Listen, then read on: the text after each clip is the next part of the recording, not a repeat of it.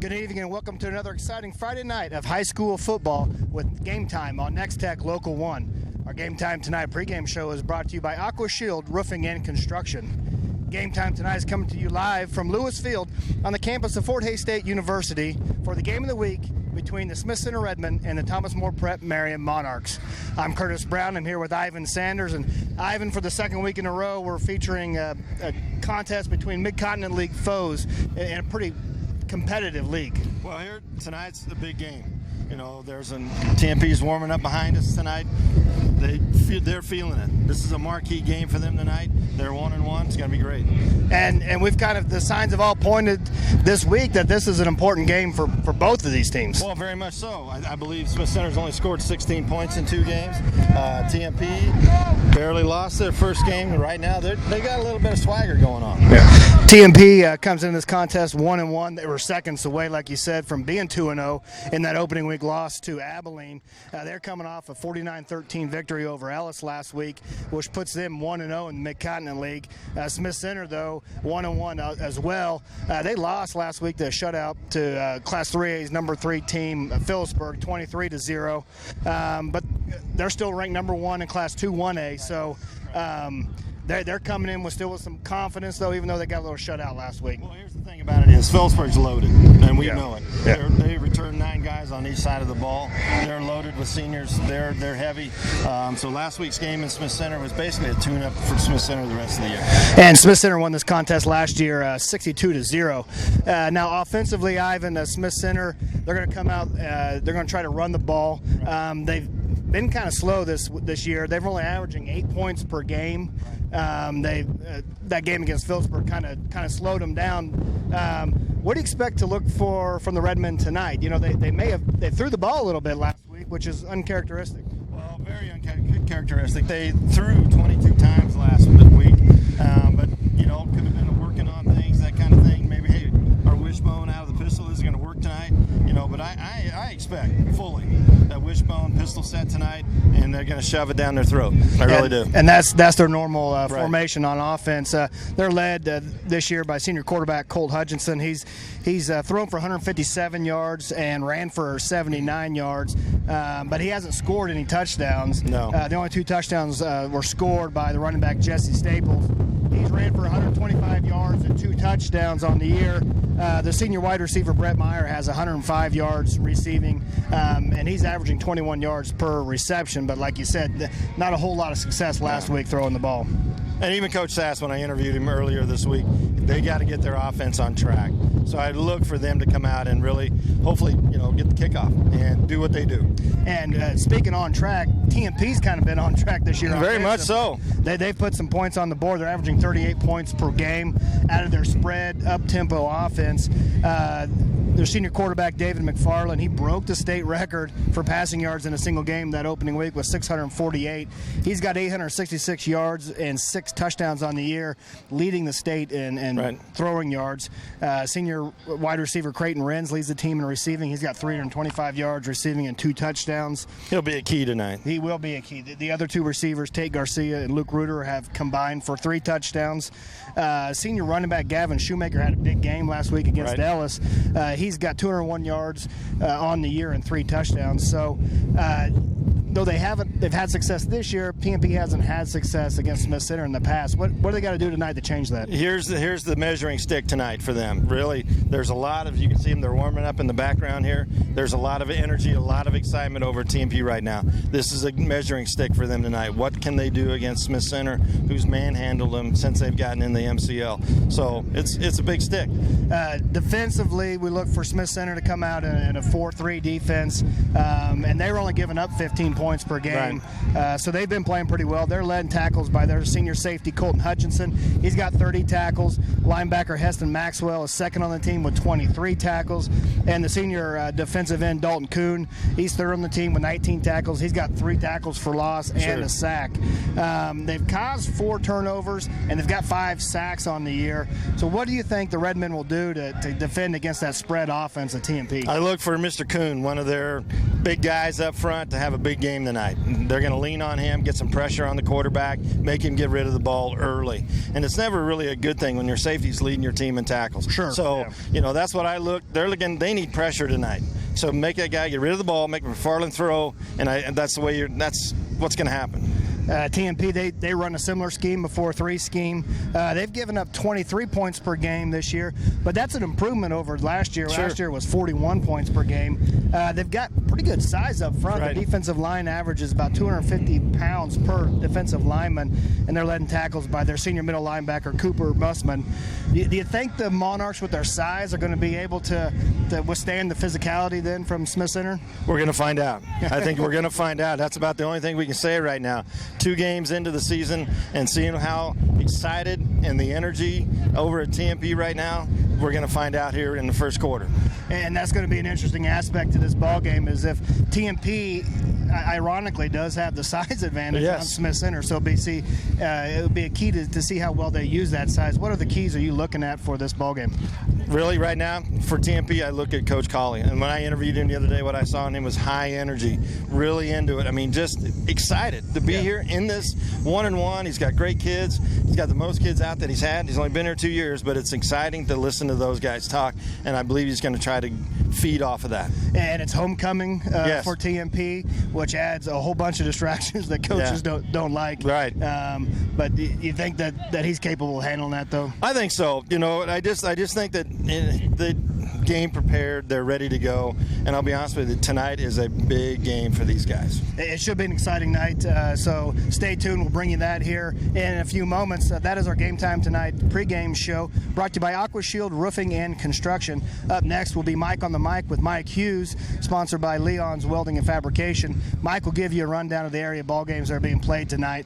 After that, we'll bring you the scouting report for tonight's ball game, sponsored by the Norton County Hospital.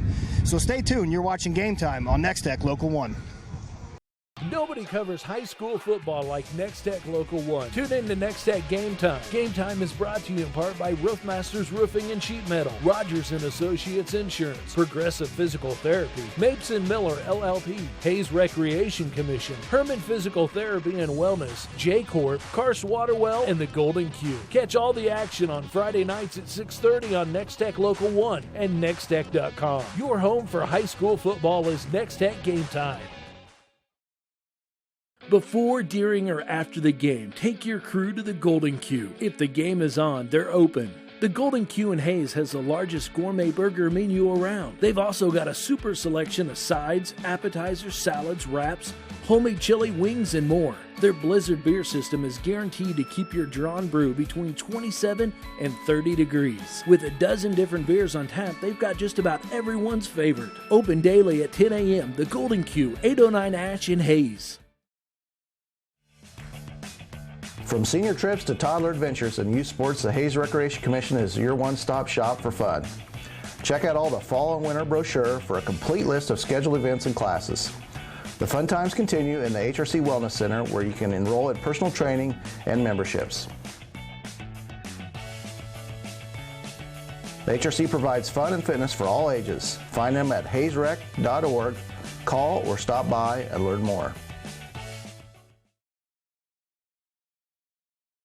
When it comes to commercial and residential concrete construction in the Hayes area, J-Corp is the preferred choice. They can handle your project from ground up, including excavation, site prep, to finished concrete and pavement, driveways, curbs, streets, parking lots. No job is too big or too small. They also sell and deliver sand, rock, and asphalt millings. Call for a free estimate today. The rock-solid choice in concrete construction. J-Corp, 1707 East 10th Street in Hayes. Karst Water Well and Drilling Service has been drilling water wells and installing water systems in the area for over 84 years. Whether your project is residential, agricultural, commercial, or municipal, Karst Water Well can do the job right the first time. We offer design and consulting services and use the latest technology with only the best water system components on the market today. So no matter what kind of water well or water system you need, Karst is the company to do the job. Call us today for a consultation. Regulations and tax laws are always changing. That's why businesses and professionals turn to the experienced team at Mapes & Miller Certified Public Accountants. With 8 CPAs to assist you, they offer a wide range of services from tax preparations, bookkeeping, and payroll to auditing and accounting services. They can also help farmers, ranchers, and small businesses with tax planning. It's not what you make, it's what you keep. Mapes & Miller Certified Public Accountants with offices in Norton, Phillipsburg, Stockton, and Quinter.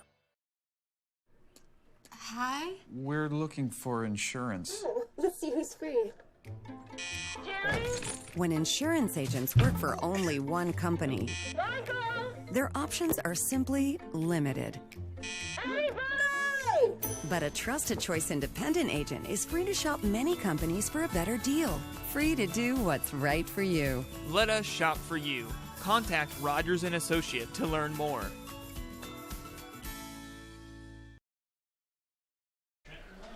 Welcome back to Game Time on Nex-Tech Local 1. We are here at Lewis Field on the campus of Fort Hays State University for the game of the week between the Thomas More Prep Marion Monarchs and the Smith Center Redmen. I'm Curtis Brown. I'm here with Ivan Sanders. And Ivan, we're about 15 minutes away from kickoff, and should be an exciting game tonight. Big game. Homecoming for TMP tonight. It's going to be exciting. Coming up next will be Mike on the Mic with Mike Hughes, sponsored by Leon's Welding and Fabrication. Michael going to give you a rundown of the area games that are being played tonight.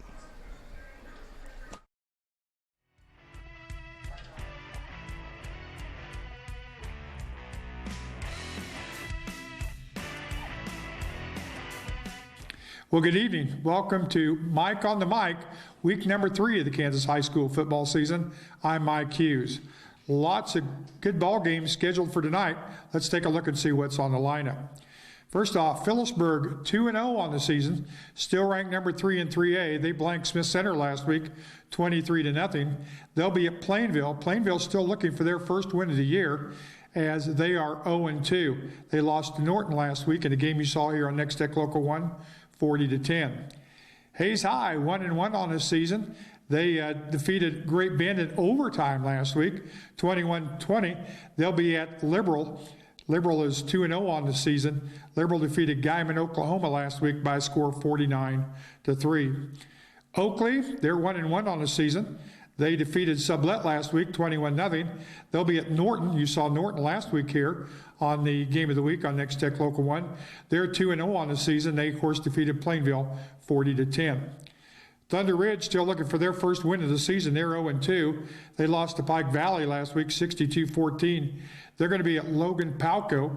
That game will be played at Logan. They are 2-0 on the season. They defeated Northern Valley. Big score last week, 70-14. Northern Valley, they're 1-1. We just mentioned they lost last week to Logan Palco.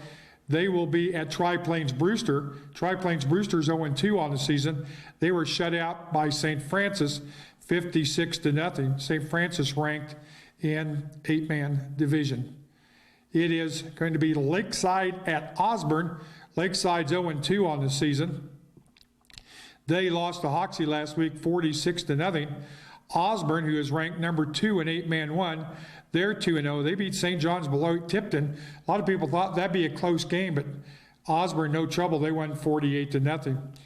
It's going to be Quinter, 1-1 on the season at Trigo.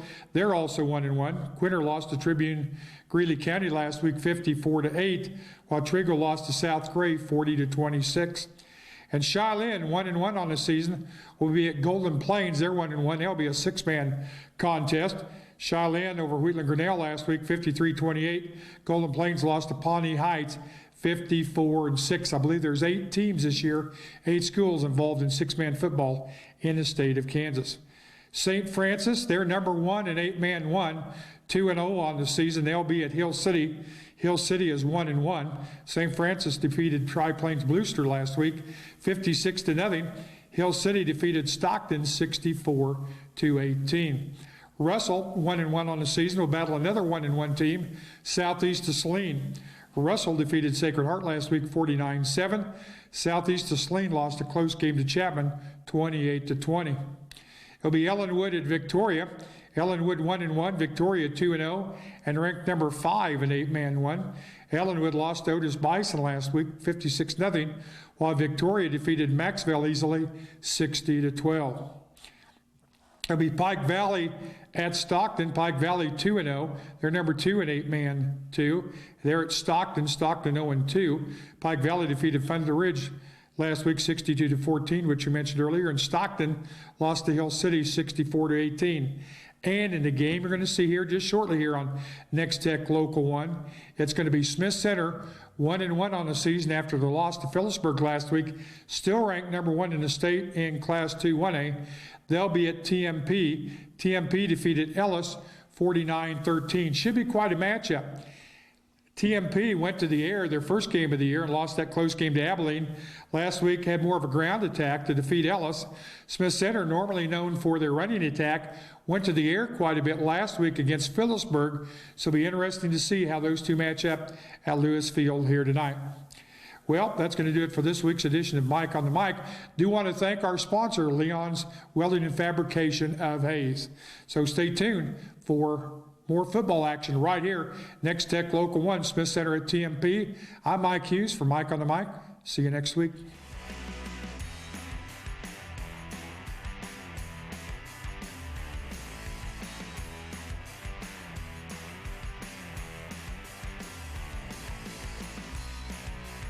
Welcome back to Game Time on Nex-Tech Local 1 for the game of the week between the Thomas More Prep Marion Monarchs and the Smith Center Redmen.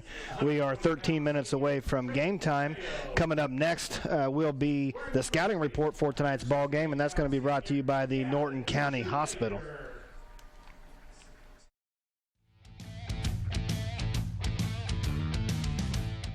All right, Coach.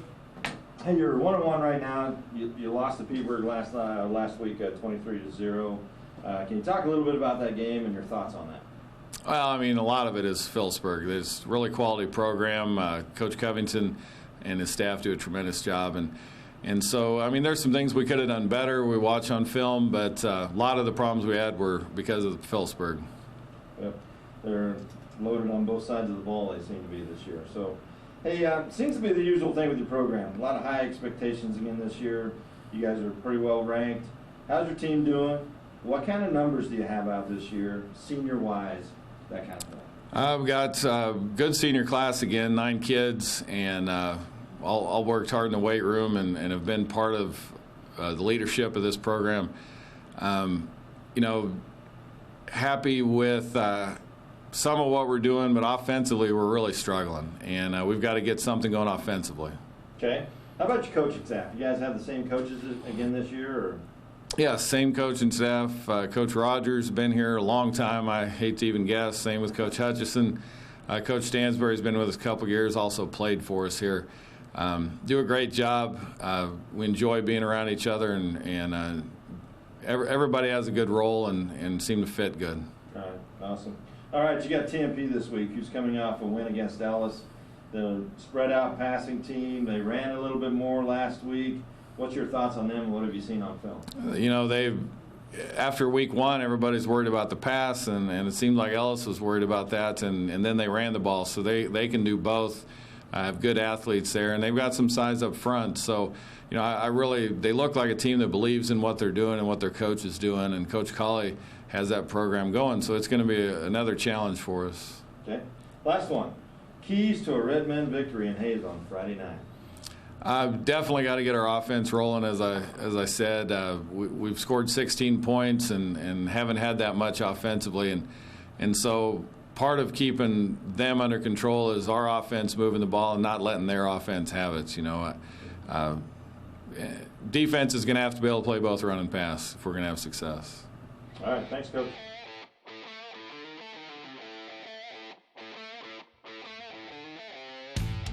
All right, hey, you're 1-1 right now. You beat Ellis last week, 49-13. What's your thoughts on that game? Well, we like that we're 1-0 in the MCL. That's a big boost for us going into a game like Smith Center. We know going into this game it's going to be tough. Those kids and coaches would want to get them ready, but they're always going to bring it. They're really tough kids. They play with good technique. They have great pad level, and we know we got to play one of our best games to have a chance this week. Okay, awesome. All right, you have a lot of seniors out this year, and I've read a little bit about what you say about those guys. How's your team doing right now, and what's your total number of guys out? We have 15 seniors. We have 39 total players. And it really helps because those guys have been in the program now for, this is their 4th year going on. And they've been really good to the underclassmen, the freshmen and sophomores, and they're trying to show them, hey, this is what we went through, and you go through this, you work as hard as we do, and this is the outcome that you'll get when you're seniors. And so they're doing a good job. They're showing them how it's done, and they're providing great leadership for them. Awesome, great answer. All right, you got Smith Center this week. We talked a little bit about it. They lost to Peaburg last week, 23-0. So what are you expecting, and how are you going to stop that run game if they come up with that? Well, they tried a different approach against Peaburg, and they went out throwing the ball, and you don't see that much from Smith Center. So they gave us a little bit extra to work on this week, which isn't great for us. But it's we know what they strive at, we know what they're good at, and we expect to see a big dosage of Jesse Staples and the rest of the backfield. It's tough to stop. They got I think his name's Avery Hawkins, number 45, who's their tight end, and I haven't seen a blocker quite like that. This kid, he goes to the whistle, and he's tough. And that whole left side of the line with Dalton Kuhn and number 58, the left guard, they're really, really tough to contend with. We just going to hope to get a good rotation in there with our defensive front, and if we have good gap fits and fit responsibilities, I think we're going to do a good job on them this year. We're tough up front, and our middle linebackers, they flow around and they fit really hard. So it's going to be tough to stop the run game, but I think on offense, if we can control the ball and have a good tempo, we can wear them out a little bit, and that's going to be really key for our offense to keep the ball away from their offense. All right, hey Coach, you already took my last question away from me. Keys to a Monarch win, which I think you pretty much answered there. It's homecoming. Talk a little bit about homecoming week, and I know all coaches that's not their greatest week. So. Yeah, it's kind of been a joke around here. I mean, I've had a few statements how much I dislike homecoming. It's not homecoming, that I dislike. It's taking away the focus from the game, from the players' focus from the game. And but it's been great this week. Monday we came in with the JV, had a good win, and we had a good practice. Last year our varsity only had 13 players practicing on Monday due to JV games. This year we had 20 players practicing, so it was a lot easier to prepare for Smith Center having a scout team offense out there. Yesterday, to get away from float building day, we practiced at 6 in the morning on Lewis Field. Now the kids were hyped for it. We had a really good practice, and we're going to go out today at normal time, and tomorrow's game day preparation day. We have all our install in, and we're pumped for it. Hopefully we'll have a great crowd out. We had a great visiting crowd at Smith Center, at Ellis last week, and hopefully it's against Smith Center. We're going to need everybody. We're going to need all the support from the community, the student body, the administration, the faculty and staff. So we're going to hopefully fill up Lewis Stadium, and that'll help us, come out with a homecoming victory. All right. Thank you, Coach.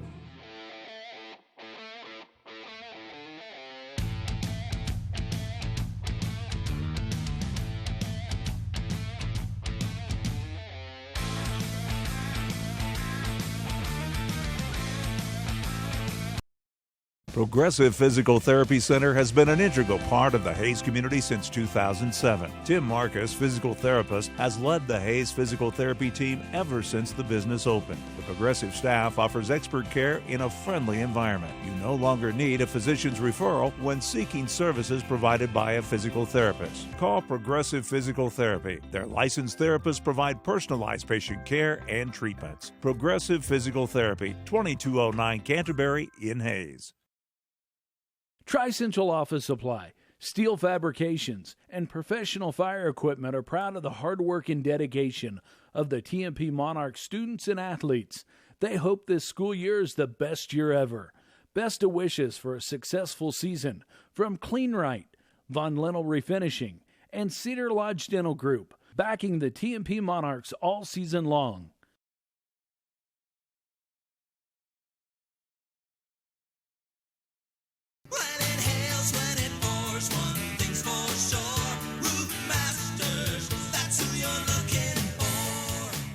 We are your Northwest Kansas premier roofing contractor. We've got you covered before and after the storm. Let us evaluate the condition of your roof and discuss options. We'll often be able to offer efficient, affordable alternatives. Call Roof Masters for a free estimate today. Roof Masters, that's who you're looking for.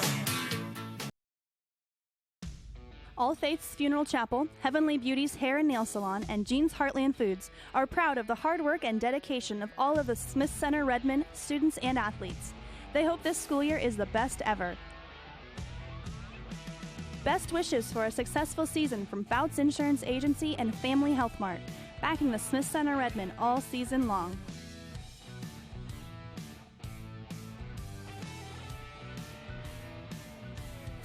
Hi, I'm Alex, and here we are at Herman Physical Therapy. Mariah, do you need doctor's orders for PT? Nope, but if your doctor orders PT, you can still choose to come to us. Great. Is Troy in? Yes, he is. Alrighty, thanks. Hey Troy, is it true you do free consultations? You betcha. Why did you choose Herman PT? He makes it fun. Would you refer a friend here? I already have. Well, there you have it. Herman Physical Therapy and Wellness. Good for the body, good for the soul. Julie Coleman Photography, Center Monuments and Limestone Engraving, and Dave's Heating and Cooling are proud of the hard work and dedication of all of the Smith Center High School students and athletes. They hope this school year is the best ever. Best wishes for a successful season from the People's Bank, Farmers Union Insurance, Greg and Tamara Frank, and the Looking Glass Salon, backing the Smith Center Redmen all season long.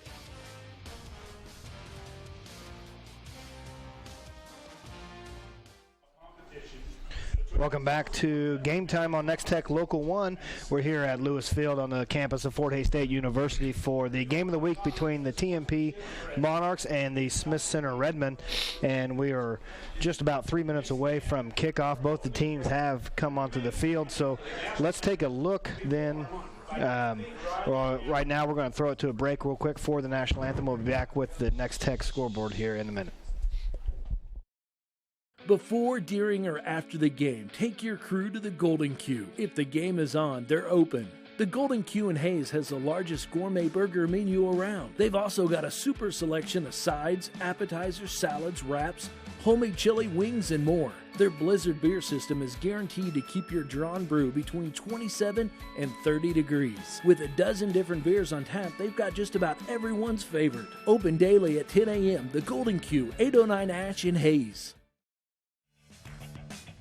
From senior trips to toddler adventures and youth sports, the Hays Recreation Commission is your one-stop shop for fun. Check out all the fall and winter brochure for a complete list of scheduled events and classes.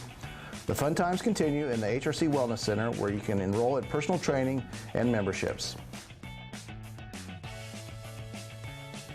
The HRC provides fun and fitness for all ages. Find them at haysrec.org. Call or stop by and learn more.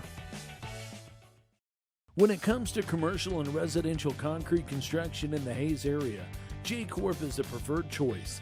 They can handle your project from ground up, including excavation, site prep, to finished concrete and pavement, driveways, curbs, streets, parking lots. No job is too big or too small. They also sell and deliver sand, rock, and asphalt millings. Call for a free estimate today. The rock-solid choice in concrete construction. J-Corp, 1707 East 10th Street in Hays. Karst Water Well and Drilling Service has been drilling water wells and installing water systems in the area for over 84 years. Whether your project is residential, agricultural, commercial, or municipal, Karst Water Well can do the job right the first time. We offer design and consulting services and use the latest technology with only the best water system components on the market today. So no matter what kind of water well or water system you need, Karst is the company to do the job. Call us today for a consultation. Regulations and tax laws are always changing. That's why businesses and professionals turn to the experienced team at Mapes & Miller Certified Public Accountants. With 8 CPAs to assist you, they offer a wide range of services from tax preparations, bookkeeping, and payroll to auditing and accounting services. They can also help farmers, ranchers, and small businesses with tax planning. It's not what you make, it's what you keep. Mapes & Miller Certified Public Accountants with offices in Norton, Phillipsburg, Stockton, and Quinter. Welcome back to Game Time on Nex-Tech Local 1. We are back here at the Lewis Stadium on the campus of Fort Hays State University for our game of the week between the TMP Monarchs and the Smith Center Redmen. And both teams here, Ivan, came on the field and they've got their warm-ups done and getting ready for this ball game. We're ready to go. I think both sides are ready to go and tee it up, and we'll see what happens here. We'll take a quick look at the Nex-Tech wireless scoreboard for the games around the area. Plainville will be at, or Phillipsburg will be at Plainville, or the other way around, I think. Okay? Hayes is at Liberal. Oakley is at Norton tonight. Thunder Ridge on the road to take on Logan Palco. Northern Valley is going to travel to Tri-Plains Brewster. Quinter is at Trigo for their homecoming, and Cheyenne will travel to Rexford. That's kind of backwards when you read that. It is. Got me a little confused there. Lakeside is at Osborne tonight. St. Francis will travel to Hill City. Russell is at southeast of Saline. Ellenwood is at Victoria. Pike Valley on the road to take on the Stockton Tigers. And then our game tonight here, Smith Center taking on TMP. So the captains now are at the middle of the field for the coin toss. And it's a little windy here tonight, Ivan, so they may play into this. Yeah, the flag is standing straight out right now. So. Yeah. And we talked about taking the wind kind of thing. So yeah, if you're TMP who predominantly throws the ball, then I think maybe you'd want the wind if you got the choice. Smith Center, I know last week they tried to throw the ball, but we kind of expect, or you kind of expect that they're gonna go back to the ground game tonight. I almost think like last week basically was kind of a test, and we still might see some of that tonight. Sure. So they may see how that worked for at least last week. So, but normally the Smith Center runs a wishbone out of their pistol formation. Pistol set, and have done it well. The old traditional kind of went out with Coach Barnes. Right. So looks like TMP won the toss and they deferred, and Smith Center will receive. And they will go into the wind here in the first quarter. So TMP's going to throw the ball or they're going to have the wind in the second and fourth quarter. So yeah, they will. And we'll see what Smith Center has here for the return game.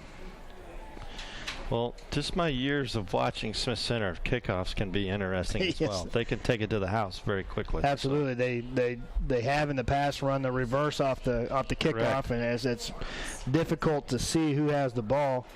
For the Redmen this year, Trace Haven is averaging 9 yards per return, and Jesse Staples, the other return man for the Redmen, he's averaging 7 yards per return. Yeah, that's the thing about them. I mean, they're very good. Special teams are very good, always very good. And it's always entertaining. Yes. And it looks like TMP is going to tee this off on the left hash. Looks set to kick off will be Lucas Lang, the freshman for the Monarchs. Well, I tell you what, I wouldn't be, a touchback here isn't out of the question with as much wind at their back. So. Yeah, absolutely. They, if you get in that end zone and eliminate any return possibility for the Redmen, that's not a bad start to this ball game. We're still waiting for the kickoff here. There's the whistle. Back deep is Haven and Staples. Actually, Hutchison looks like for the Redmen. And that's number 12, Trenton Colby. So a couple new returners for the Redmen. Short kick. This is Colby, then takes the bounce at the 15, now reverses it, fakes the reverse off to the left-hand side, but TMP is there with the tackle. That is number 11, Carl Rack on the tackle right at the 22-yard line. TMP did a great job, stayed in their lanes, stayed home, made a nice tackle there. So maybe a 6-7 yard gain on the return for the Redmen. They'll be first down and 10 at the 22-yard line. All right, here we go.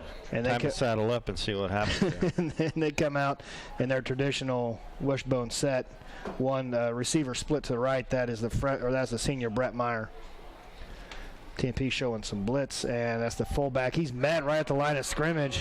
Oh. Right, that's number 50, Caleb Hagens, coming from his linebacker position, and that's stopped for maybe 1 yard on the gain. The fullback, Heston Maxwell, on the carry. He was right there on that. There was no place to go. Sets up second down and 9 for the Redmen at the 23-yard line. Again, now their wishbone set with Meyer split to the right. Hutchison, the quarterback for the Redmen. And this is a give to Haven off the left-hand side. He's got some room. He's gone. He's to the 50. Haven's got a lot of room for him. Only one man to beat, and he's not going to beat him. So Mayo kind of cut back inside. Trace Haven on a big touchdown run for the Redmen. That is a 76-yard touchdown run on their second on the offensive left-hand play. side over there. Big gaping hole, and away you went.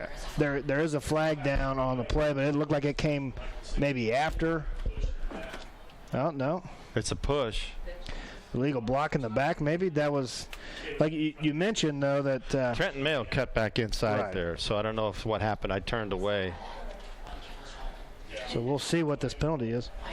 Personal foul. On TMP. It's a dead ball foul. Against the Monarchs. Wow, what was that about? I looked at you and I turned away for a second there. I didn't see that. Cut it back inside, so. Yeah, once Haven broke through that line, there was nobody back there for TMP. Well, we talked about the big play, what can happen with this offense. So set to kick for the Redmen is Aaron Moss. He's 2 for 2 on the year on PATs. And it's up, and it's good. Oh, so that looked awful close. It was close. It was high, but went through. So 7-0 is our score real early here in this first quarter. The Redmen scored on their second offensive possession. That's only their third touchdown of the year. So, but Curtis, you know Smith Center. I know Smith Center a little bit. Typical Smith Center play there. Yep. You know, and off the left tackle, boom, through the hole, gone. So, yeah, one of their tailbacks followed the fullback right through the hole. Right there. Smash mouth football. Yeah, and that's what we're going to see tonight. And that's something that we talked a little bit about in the pregame show was, TMP's got some size. Now, can they use that size? Correct. To stop this run game? And that first possession for the Redmen, nothing's changed. So, well, here's what's going to happen now is they're down here huddled up. TMP is. Now regroup a little bit. Yeah, it's one touchdown.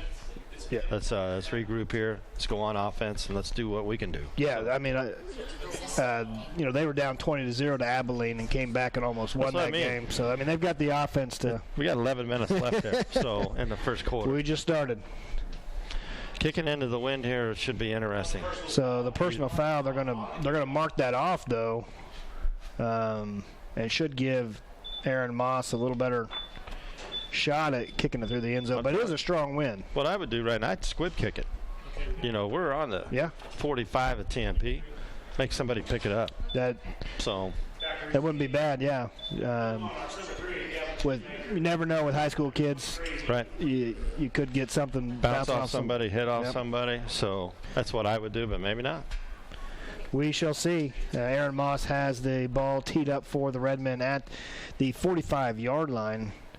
Back deep for TMP. Oh, he kicks it away. Looks like Luke Reuter with the ball. He makes one man miss. Now that fumble. Ball's on the ground, and the Redmen recovered, but it looks like the call on the field is going to be down. The referee called Reuter down, so no fumble. That had to be a whistle as he was standing up. I would agree. Reuter with a 5-yard return. And there we go.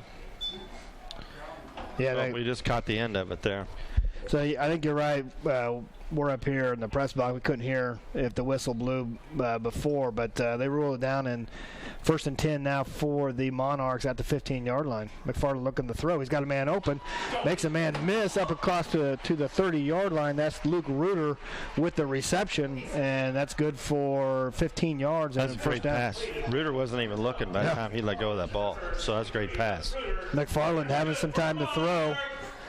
Showing off some of his accuracy. He does lead the state in passing yards through 2 weeks of the season. 4 receivers set for McFarland. Another throw. Reuter with the catch up across the 40.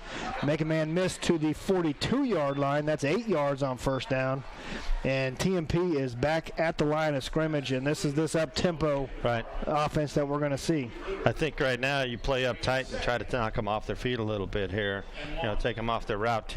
4 receivers for the Monarchs. Reuter in motion. They throw to Reuter off the right-hand side. He ball's out again. He does. He trips and loses the ball, but the TMP fortunate to recover that. That's number 2, Trenton Mayo, then on the fumble recovery. Good thing he was there.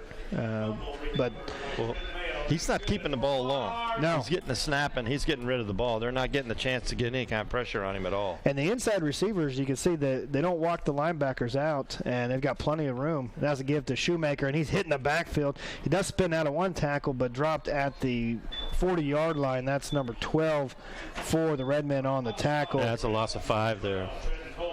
Trenton Colby with the tackle.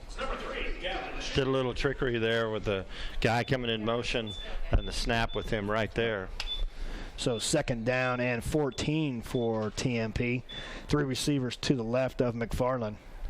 And he's looking that way. He's got Reuter. He's in the flat across the 45 to the 46-yard line. Gets back to the original line of scrimmage. Maybe a yard more. Reuter looks to be the target so far. Yeah. We'll bring up 3rd down and 8. They give him a good spot there. So 3rd and 8 for the Monarchs. 2 receivers set. Looks like a tight end. They bring Creighton Renz in as a tight end. McFarland's got some time to throw and just out of the reach. Yeah, it looked like it was tipped over there by Colby. Smith Center kind of almost went into a kind of a prevent a little bit. Their nose guard, 45, backed off into the coverage in the middle, so took that away. Little zone coverage for the Redmen. Yeah, and they're playing off of at least the inside receivers. Correct. Of the Monarchs. So that will bring up 4th down and 8 for TMP, and they are in punt formation. Here's another special teams play, though. Always dangerous here. Schumacher back to punt. Looks like Haven is back to receive or Hutchinson, excuse me. And he calls for a fair catch at the 20-yard line. Colton Hutchinson. It looked like he may have some room there. I think he was kind of mad at himself once he brought his eye level back down and figured out there was really nobody around him. So decent punt, though, for Shoemaker. Puts the Redmen back at the 20-yard line. This will be their 2nd offensive possession of the night. The first one ended up in a 75-yard touchdown run by Trace Haven. Back to work for Smith Center. Back to work here. Let's see what they do. I don't think it's going to change. 9:01 left in this first quarter. Our score 7-0. Smith Center on top of TMP.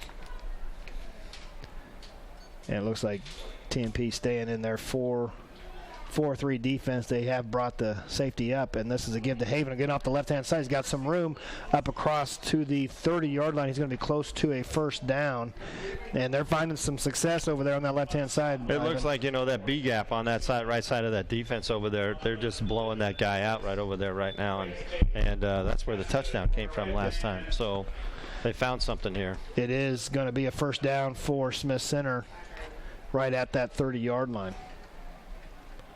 They have not run right yet. No. 1 receiver split to the right. That is Meyer. Hutchison, the quarterback for Smith Center, in the pistol. Some late movement there by TMP. And it worked out in a nice tackle. That's number 72, Alex Patel, moved over a little wider on that side and was able to stop that run for no gain. Moved over from the A gap to the B gap. That kind of shut that off. Late movement. So no gain on the play. Will bring up 2nd down and 10 for Smith Center. So little things of the game already. Little things. Again, back in this wishbone set out of the pistol for Hutchinson. 1 receiver split to the right. TMP showing blitz, and this is a give. Hutchison with the keeper. He gets up to the 35-yard line, but there is a flag down. Yeah. Good fake there by Hutchison. Did you see the ball? Yeah, I didn't up here. I didn't see it. But we're quite a ways away. I did not see it. It looked like it was a good fake, and there's going to be a face mask on TMP, and that'll give Smith Center another first down. Yeah, I did not see it. It was a good fake by Hutchison on that. And that's what this wishbone does. Yep. That belly series, you can't see it. And that's typical of Smith Center. You know, they run the running back and run a couple times to the left, and then the quarterback's going to keep it. Yep. And then you're going to see a pitch off that. And so well, you've played Smith Center before. What was the assignment? I played D tackle. My assignment was the fullback. Well, here's the thing. It's assignment football. is tackle everybody. Yeah. You know, because you just didn't know. Right, but yeah, that's what it is. You've got different guys have different offensive guys, and you got to tackle them. It's assignment football. Oh, they're going right this time. Staples, and Staples is up to the 45-yard line. Or excuse me, that's not Staples. Is Ethan Peterson on the carry. And that's 5 yards on first down for the Redmen. Typical Smith Center. Yep. 4, 5, 6. Kind of lull you to sleep, and then they hit you with the big run. Yep. So second down and 6 for Smith Center. At the 45-yard line, Hutchison brings the Redmen to the line of scrimmage. They got a 5-man front down there right now. And they're changing a little bit. They're bringing pressure, looks like, the linebackers. Shifting late. And this is a give to, looks like Maxwell, the fullback, and he's up across to the 47-yard line. And they were bringing pressure, bringing an extra lineman down. Well, they want to cut off that strong side on the Smith Center left-hand side over there. Now you got a 5-man front. There's probably 9 guys in the box here. Yeah. And you always got to beware of the pass then. Faking mano y mano. Third down and 4 for Smith Center. 6:42 left in this first quarter. TMP's already made some changes in their defense. And this is a give to the second man through. Gone. And that's Peterson off the left-hand side, and they're going to catch him. Ethan Peterson on a 55-yard touchdown run, the second for the Redmen tonight. And same hole. Yep, off that left-hand side, Ivan. You know, TMP made a change, but still that same hole. Just create a crease, and away he was gone. So Ethan Peterson with the touchdown run brings our score 13-0. Pending this extra point, and both touchdown runs, long touchdown runs off that left-hand side. Assignment tackling, and really, honestly, there was just a crease over there. They got to push out on the side, and he caught that crease and took off. And if you're bringing pressure, you're gambling. Yep. If you can't, if you can't get to the tackler, then there's no one back. Moss with the attempt on the PAT, which is good. He's perfect on the year, 4 for 4 for Aaron Moss, and that brings our score to 14-0 now in the first quarter. 6:27 left. This is not how TMP wanted to start here, but it's early. We got 6 minutes here. 6 minutes. We've had 2 offensive possessions for Smith Center. Both of them resulted in touchdown runs, long touchdown runs. The first by Trace Haven, the second by Ethan Peterson. And TMP able to move the ball a little bit, and it looks like they just stopped a little.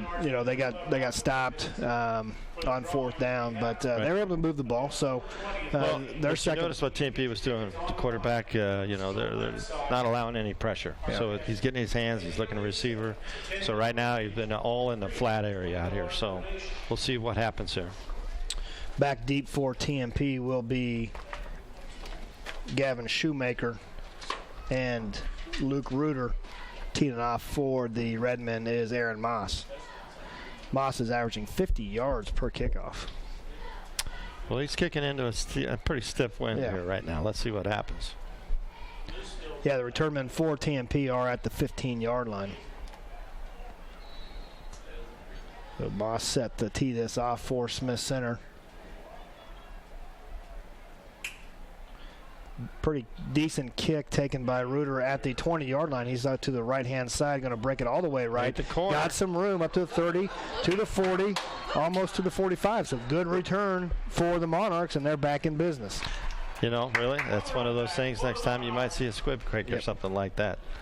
he got able to catch it about the 15, 16-yard line. Yep. So, and Luke Reuter's provided that spark for the Monarchs so far in this first quarter. First receiving and now returning. So TMP sets up 1st and 10 at the 42-yard line. 3 receivers to the left of McFarland. The lone setback is Shoemaker. And looking to throw again. Crossing pattern right there. Oh, and this is picked off. No, Hutchison had it. Colton Hutchison, the senior safety for the Redmen, had that right in his hands. He read it correctly. It was a great read. Stepped in front of the receiver, and they're playing a little bit of a zone out there right now, because all the passes so far have been about less than 10 yards. Right. So McFarland maybe got a little greedy there and tried to take something that wasn't there. So had a guy open in the flat area. 2nd down and 10 for the Monarchs. We'll be getting that 3 receivers set to the left of McFarland. Now they motion Reuter to the right-hand side. Look for him out in that area. McFarland's got some time now, scrambles to the left, looks to throw. He's got his man across to the 50-yard line, still on his feet, and they call him down. Wow. That was Creighton Renz. They called him down. A little strange. I mean, he was still on his feet. He was basically standing straight up, and the guy had a hold of his ankle. He took a shot and then kept going, and then they blew the whistle down. So bad thing about it is he didn't get to return that shot. So. Yeah. But that is a 10-yard pickup, so it will be 1st down for TMP. And now they are on the plus side of the field at the 48-yard line.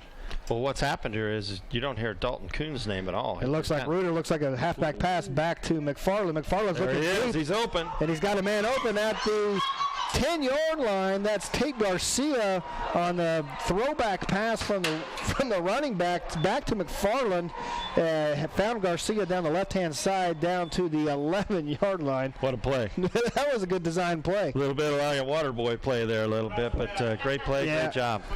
And I don't know if that second pass from Reuter back to McFarland was a lateral, but looked a little bit like the Tennessee Titans pass there for a little bit, but hey. But they're back up to the line of scrimmage, 4 receivers for McFarland. He looks nobody open, scrambling to the right. Now he cuts back to the left. Looking, he's in the flat to Shoemaker. Shoemaker to the 20, 15-yard line. Cuts, gets up to the 10, fights his way to the 8-yard line. So that's a 3-yard gain on 1st down, but that a good job on McFarland keeping the play alive. There was a lot of acreage covered in that play. Great job flowing away from the traffic and getting it out to Shoemaker. So 2nd down and 7 for the Monarchs. Looks like they can get a 1st down inside the 1-yard line. Reuter in motion to the right. McFarland looking that way. Corner. For the fade, just overthrows his receiver out there, Creighton Renz. But there was some room out there. There was.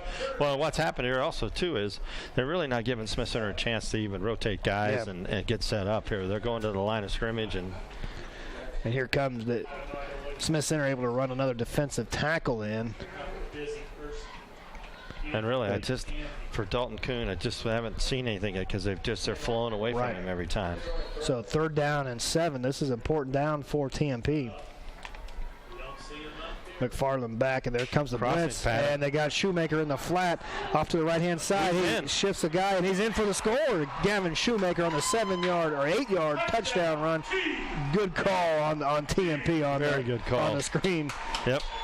Caught Smith Center in the blitz and able to pick up the touchdown.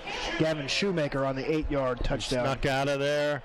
Little bubble pass out there, and great job. And he was able to outrun the guys to the corner of the end zone. McFarland able to float that over the defensive lineman of the Redmen. So 14-6 now is our score. 4:40 left in this first quarter. And the kick is blocked and will be no good. So our score still remains 14-6. 4:40 left in this first quarter. You're watching Game Time on Nex-Tech Local 1.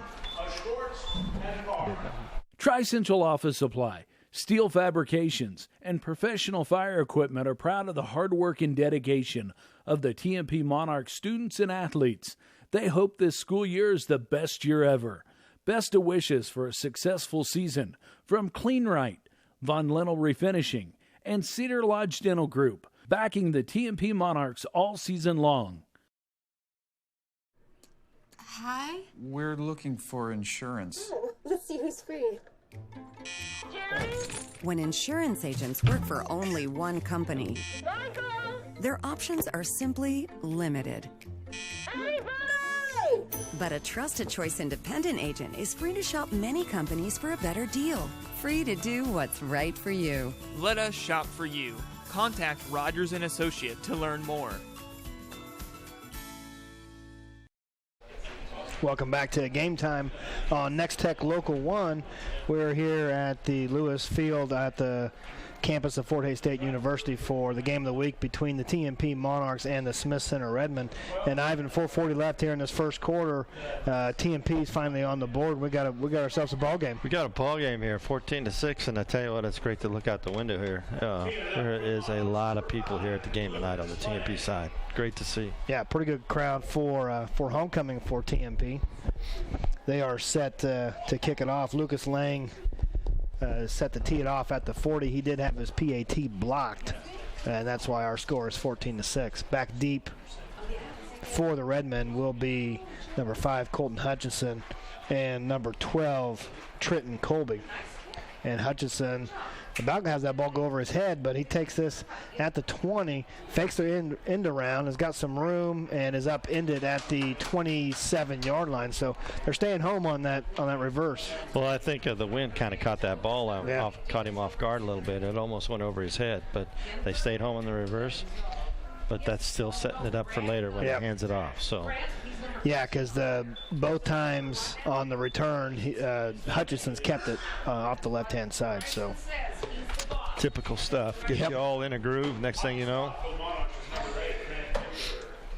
Jesse Staples, one of the leading rusher for the Redmen, is on the sideline, so it doesn't look like he will be playing tonight.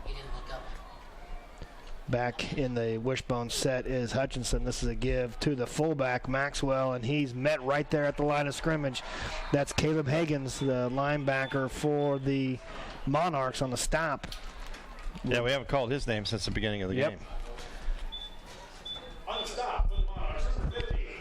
So that'll be a 1-yard gain, I think they'll give to Maxwell. We'll bring up 2nd down and 9 for Smith Center. 14-6 our score. 4:08 left in this first quarter. Back to the wishbone set. Myers, the only receiver, set to the right of Hutchinson. TMP still doing some shifting up front. And they look like they're bringing pressure again, and this is the second man through. Is there a flag? There is a flag There's down. A flag down the field. Up to the 30-yard line. That was Haven. Holding. Haven got up to the 30-yard line for another 1-yard gain, but looks like this is on the offense, so we'll see what TMP will do. It would bring up 3rd down and 8, but Holding against the Redmen. and it looks like they are going to accept the penalty. Yep, I would too. Back him up. You know, if you're going to try to throw, you're going to be throwing into the wind. It's not probably something they do real well right now, so why not? Bring up, it'll be 2nd down and about 18 for the Redmen at the 20-yard line. So Hutchinson then in the pistol, and this is a give to the Hutchinson with the keeper around the right-hand side. He's got some room and is upended at the 30-yard line. They had it strung out pretty nicely, but I think Reuter, the corner, took the pitch man, and Hutchinson able to cut right back behind him for the gain. So, and also you can't say he made a mistake. No, that's his. It's assignment. Yep. You know, so you got to have those linebackers flowing out to take the. He bites, the pitch comes out. So 3rd down and 6 now for Smith Center. And this is a big down for TMP if they can get the Redmen offense off the field. Get their offense, get TMP's offense back on. This is huge. This is a big play right here. And again, a late shift for the Monarchs. They're shifting out wide, and they about jumped off sides. They did, and that's a tough penalty for TMP there. Great hard count. It was. Encroachment. And that's the other thing. That's on the defense. 5-yard penalty. 1. 3rd down. They're going to go on 2. It's just a typical Smith Center kind of way of doing things, and they've done it for so long. it's second nature. So now that makes this 3rd down and 1 a little more difficult for the Monarchs to stop this run game for the Redmen. But 3rd down and 1 at the TMP's back to a 4-man front right now. And they're looking like they're bringing pressure again up the they're middle. Bringing the house here. And Hutchinson give to Haven off the left-hand side, and he's across the 40 to the 41, and he'll have the 1st down. Nice fake, fullback, that kind of thing. Great job on that. But TMP looks like right now they almost got 9 guys in the box. Yeah. So they're creeping up on the line. And that's that's what we've seen, that they're kind of gambling a little bit, bringing some pressure from their linebackers, but that they've got creased twice now on long runs when they've done that. Curtis, that's what happens when you start bringing everybody in the box. Once he gets to the 2nd level, he can be gone. Yep. So 1st and 10 for the Redmen at the 42-yard line. Hutchinson, the quarterback, out of the pistol, and this is a give to the fullback, Maxwell. Gone. This is Peterson again off the left-hand side, and to a 20-yard line, and Shoemaker able to knock the ball out, but that's not Peterson, that is Colby Benoit. Did you see that? No, I was made the call, so I missed it as well. And I was with TMP. I was tackling the fullback, and Shoemaker went for the obvious great, to try and knock it out. Yeah. So Benoit on the big run for the Redmen down to the 13-yard line. What did we talk about? Getting to the 2nd level, and it's just trouble. So 1st and 10 for Smith Center on the field. And this is the 2nd man through. This is Haven, and he stopped at the 11-yard line. Good tackle there. So he ran to the right that time. Yep. Weak side. So that was Reuter in on the tackle. TMP almost had 12 guys on the field there. Will be 2nd down and 8. And really, the success has come off that left-hand side for Smith Center. And getting past that 2nd level because everybody's coming. So 2nd down and 8 for Smith Center at the 11-yard line. 1:20 left in this 1st quarter. Hutchinson, the quarterback. One split. And this is a give to Peterson off the right-hand side. He lowers his head, and he's close to a 1st down at the 3-yard line. He may have it. Power run there. Power run. Ethan Peterson in. 1st down. They got a 1st down on that run. 9-yard run for Peterson, and it's 1st and goal now for Smith Center at the 3-yard line. Peterson and Benoit both have came in for Staples and have provided a pretty good run game for Smith Center. So 1st and goal for Hutchinson and the Redmen at the 3-yard line. Myers, the lone split man, off to the right of Hutchinson, the wishbone behind him. And this is a give to Haven off the left-hand side, and he's in for the score. 3-yard touchdown run by Trace Haven, his 2nd of the night. And Smith Center able to answer TMP's score with a score of their own. Well, right now, Smith Center's left side of their line with Austin Hobelman, Dalton Kuhn, the big senior on that left-hand side. They're just blowing it out over there right now. So, that's obviously the strength of that offense off the left-hand side, and that's where all 3 touchdowns have been scored. So 20-6 is our score. Pinning this extra point, and Moss has been perfect tonight. Been perfect on the year. And this kick is up, and it is good. So that hit the upright? I think it hit it and went in. So I didn't hear him call bank, but they're gonna call it. So they're gonna make. Well, you can't take that stuff, can you? Yeah, no. So our score now, 24 seconds left in this 1st quarter, 21-6, and Ivan Smith Center, it's just. Continuing to just lull you to sleep, and then they're going to crease one, and if you miss a tackle, there's no one back there to catch you. The key is what you just talked about, lull you to sleep. And honestly, they're running behind Hobelman and Dalton Kuhn over there, and they're doing a great job. And TMP, when you bring your linebackers up and there's no 2nd level, they're gone. Right. So, yeah, and that's the risk. And I think TMP, obviously, they know the risk, and they're willing to make that risk. Yep. They're bringing their linebackers almost every play. But well, here's the thing: they're about ready to go into the wind. Yeah. So we're going to get to see what they do with that. See if that has any effect on it at all. Right. And the wind is still pretty blowing. It's blowing pretty nice here. Yeah. Flag's still out. So 24 seconds left in this first quarter. 21-6 is our score. Nex-Tech Game Time is partnered with the Chiropractic Centers in a Snapchat giveaway. Snap your game photos with the Game Time filter to NEX-TECH for a chance to win a mesh folding chair. Winners will be notified via Snapchat during tonight's ball game. I do have a question for you, though. Yeah. Would, since you've missed a couple of calls now, would you like my glasses? Those handoffs are tough to see even from here, aren't they? They are, and that's part of the problem defending Smith Center is just that's why you got, like you said, tackle everybody. Everybody's got an assignment, and everybody's got to make that tackle. And that's why I'm glad that you're doing the play-by-play because I only saw him when he got around the corner. Right.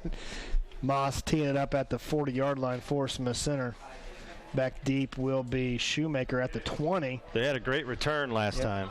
And he tries to go to the left, but it's strung out nicely by great tackle, by the Redmen. That was number 12 on the tackle, Colby.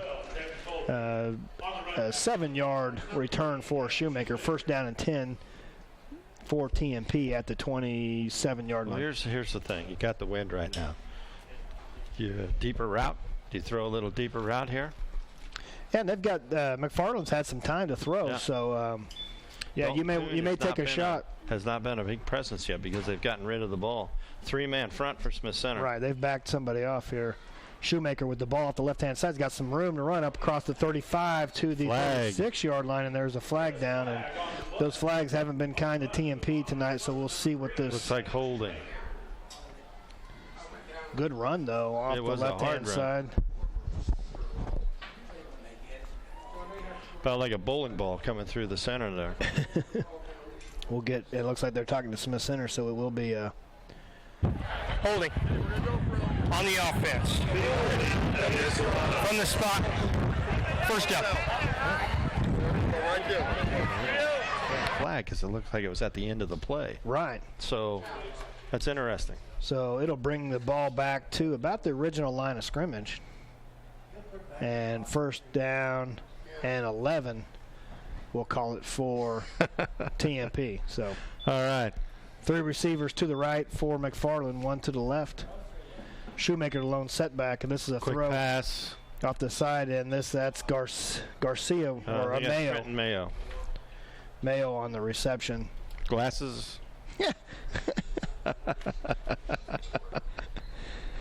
I'm just kidding, Curtis. Whenever you want to switch. There's a lot of people up here. But that is the end of the first quarter. Our score, Smith Center 21, TMP 6. You're watching Game Time on Nex-Tech, Local 1. Hey. Progressive Physical Therapy Center has been an integral part of the Hayes community since 2007. Tim Marcus, physical therapist, has led the Hayes physical therapy team ever since the business opened. The Progressive staff offers expert care in a friendly environment. You no longer need a physician's referral when seeking services provided by a physical therapist. Call Progressive Physical Therapy. Their licensed therapists provide personalized patient care and treatments. Progressive Physical Therapy, 2209 Canterbury in Hayes. When it hails, when it pours, one thing's for sure. Roof Masters, that's who you're looking for. We are your Northwest Kansas premier roofing contractor. We've got you covered before and after the storm. Let us evaluate the condition of your roof and discuss options. We'll often be able to offer efficient, affordable alternatives. Call Roof Masters for a free estimate today. Roof Masters, that's who you're looking for.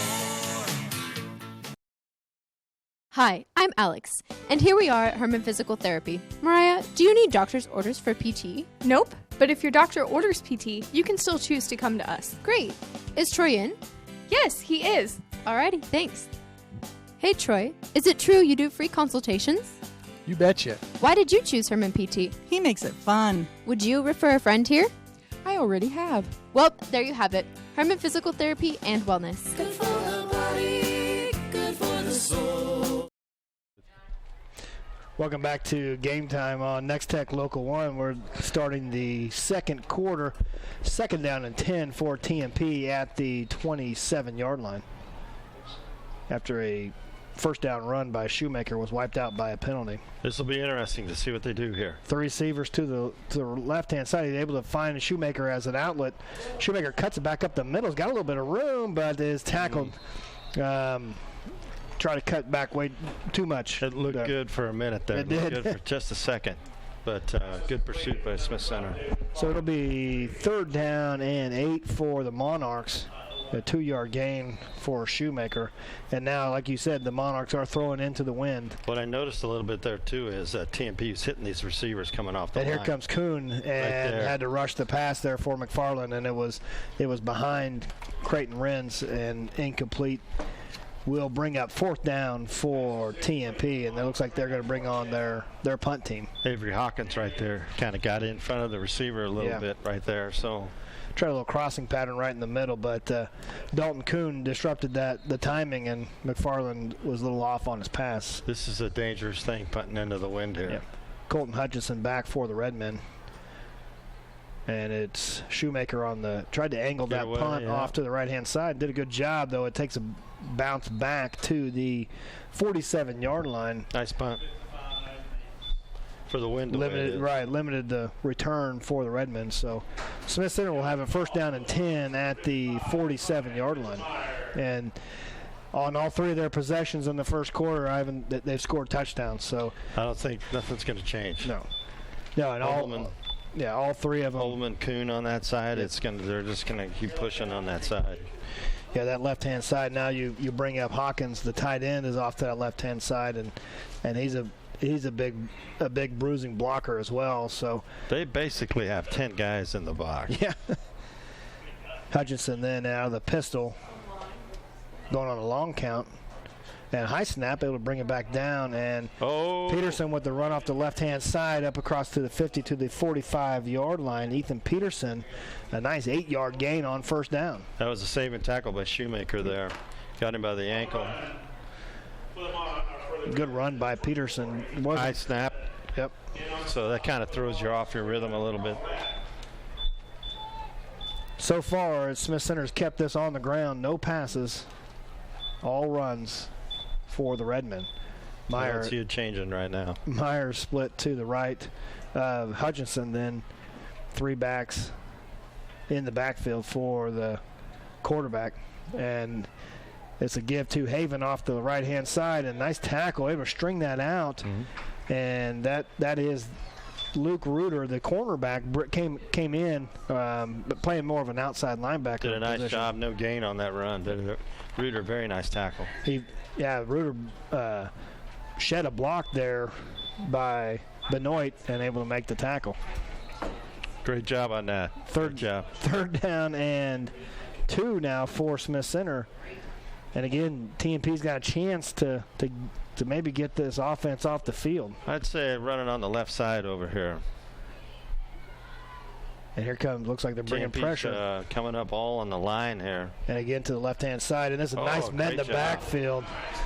That was a nice stick there by Ryan Richmeyer, the linebacker. And this is now 4th down and 4. A loss of 2 on the play. That was Peterson then was stopped in the backfield, but Smith Center going to bring their offense back to the line of scrimmage. The 46-yard line, 4th down and 4. Meyer split right. Hutchinson out of the pistol. 9:53 left in this second quarter. A little bit of, they got 6-7 guys up on the line right now. Yeah, it looks like they're bringing pressure, and they may have jumped, and there's the flag. So this will move the Redmen back. Illegal procedure on the offense. 5-yard penalty, still 4th down. So now it looks like the punt team is coming onto the field. The first time we've seen a penalty then on Smith Center, and that really hurt him. Well, he was really barking it out. Hutchinson was really barking out that count, that cadence on there, and somebody just moved. And that might have been the plan to see if they couldn't get TMP. Pull them off. TMP stayed home, and the procedure call on the Redmen. Back to punt is Colton Hutchinson. he does have the wind to his back. And it's a pretty good kick. Taken at the, looks like the 5-yard line. This is by Garcia up to the 15. So about a 10-yard gain on the play. That it looks like that punt would have went in the end zone. Kind of in no man's land. Yep. There. Sometimes you can take it and save yourself because it'll bounce around the goal line, and that actually looked like it might have went in. Yep. But Garcia then was able to at least get it up to the 15-yard line. First down and 10 for TMP, and they finally got a stop on Smith Center. Yep. See what their offense can do. 3 receivers to the right of McFarland. Quick throw into the right or left-hand side, and that Garcia on the reception will be about 6-yard gain on first down. So Smith Center was playing back on a little bit here. They're kind of, they weren't up real tight on these guys right now. And that's where we've seen the success for the Monarchs is on these quick throws. And now they come up on Garcia on the left-hand side. 3 receivers to the right of McFarland. He's got some time. Looks for a man in the middle down the seam, but that was Hutchinson again on the play, able to knock that ball out of Creighton Wren's hands. Yeah, able to stick his hand in there right at the last second. Great play. And the ball floated a little bit, looks like, for McFarland, but 3rd down and 4 now for TMP at their 21-yard line. McFarland back looking. He's got a man in the flat, and this looks like it was almost picked off again. Benoit able to jump that pass and almost had an interception. The second time, Smith Center's almost had an interception. What happened on that play, though? Smith Center got some pressure. Yep. Got some pressure on the quarterback that time. So that was very key. And most of TMP's success have been throws about, 1 to 3 yards. 5 and less. Yeah. 5 and less right now. Anything longer than that, Smith Center have been able to get a hand in there. So Shoemaker back to punt for the Monarchs. Colton Hutchinson back for the Redmen to receive. He's standing about at the 48-yard line. This is dangerous again. Into the wind.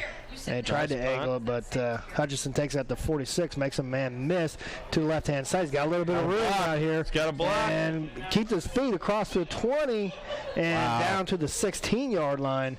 Good return there by Colton Hutchinson. Great blocks. Guys coming back and clipping guys off here. He made the first man miss and then set up his blocks from there. The thing about Smith Center was all their guys turned their heads and got guys coming in pursuit. So that big return by Hutchinson puts Smith Center in good field position. They're in the red zone already at the 17-yard line. 1st and 10 for Smith Center. I look left side here, all these guys in the box. Tight end set to the left. Split receiver to the right for Hutchinson. And this is a give to Peterson. He's got a lot of room up the right-hand side.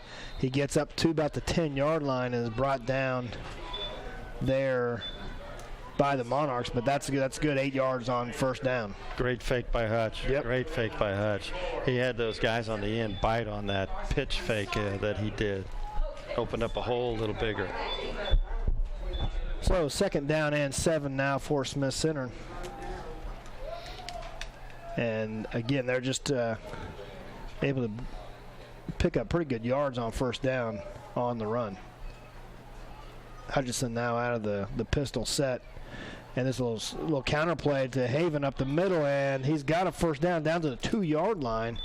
Nice little play there from the Redmen. Who'd they run behind? They run on the left-hand side. Kuhn, Hobelman. Yep. Right there. They kind of cleared out the hole there.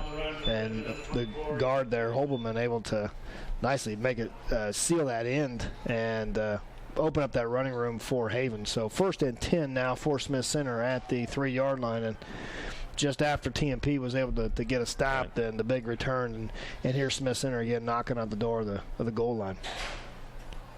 7:35 left in this first half. 21-6. Don't fix it. Our score. And Hutchinson bobbled that snap, and he took everything he had just to corral that snap, and It seemed a little high, a little off center, so, he caught it. Might have been one of those things he was already looking to see where he was going to go. So that's a loss of 2 yards or 1 yard back to the 4-yard line. Will be second down and goal from there. And that's a timing thing. I mean, if one little bobble will throw that whole timing off. So tight end to the left, that's Hawkins. Split receiver to the right, that is Meyer. Hutchison out of the pistol. Man, another high snap. This would give to Haven off the right-hand side, and he wasn't even touched there. Right in there. I mean, the leading back went in and hit a guy, took him out of the way. Great job. As you can see, they collapsed down on this fullback here, the fake to Maxwell, and boy, everybody just cramped down on there, and Haven was able to get in for the score. That's his 3rd touchdown of the night.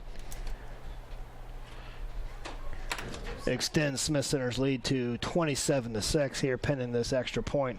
They ran that back to the weak side, and there wasn't a lot of bodies on that side. Aaron Moss has been 3 for 3 tonight on extra points. Kind of a low snap, able to get it down and up for Aaron Moss. Make that 4 for 4 now. That was a great job by the holder. It was. Great job. A low snap, able to handle that and get it down for Moss. And 6:42 left in this first half. Our score here, 28-6. Smith Center on top of TMP. You're watching Game Time on Nex-Tech, Local 1. Julie Kuhlman Photography, Center Monuments and Limestone Engraving, and Dave's Heating and Cooling are proud of the hard work and dedication of all of the Smith Center High School students and athletes. They hope this school year is the best ever. Best wishes for a successful season from the People's Bank, Farmers Union Insurance, Greg and Tamara Frank, and the Looking Glass Salon, backing the Smith Center Redmen all season long.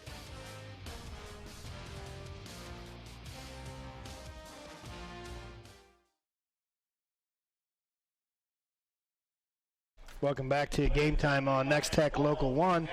Our score here, 6:42 left in this first half, 28-6. Smith Center on top of TMP.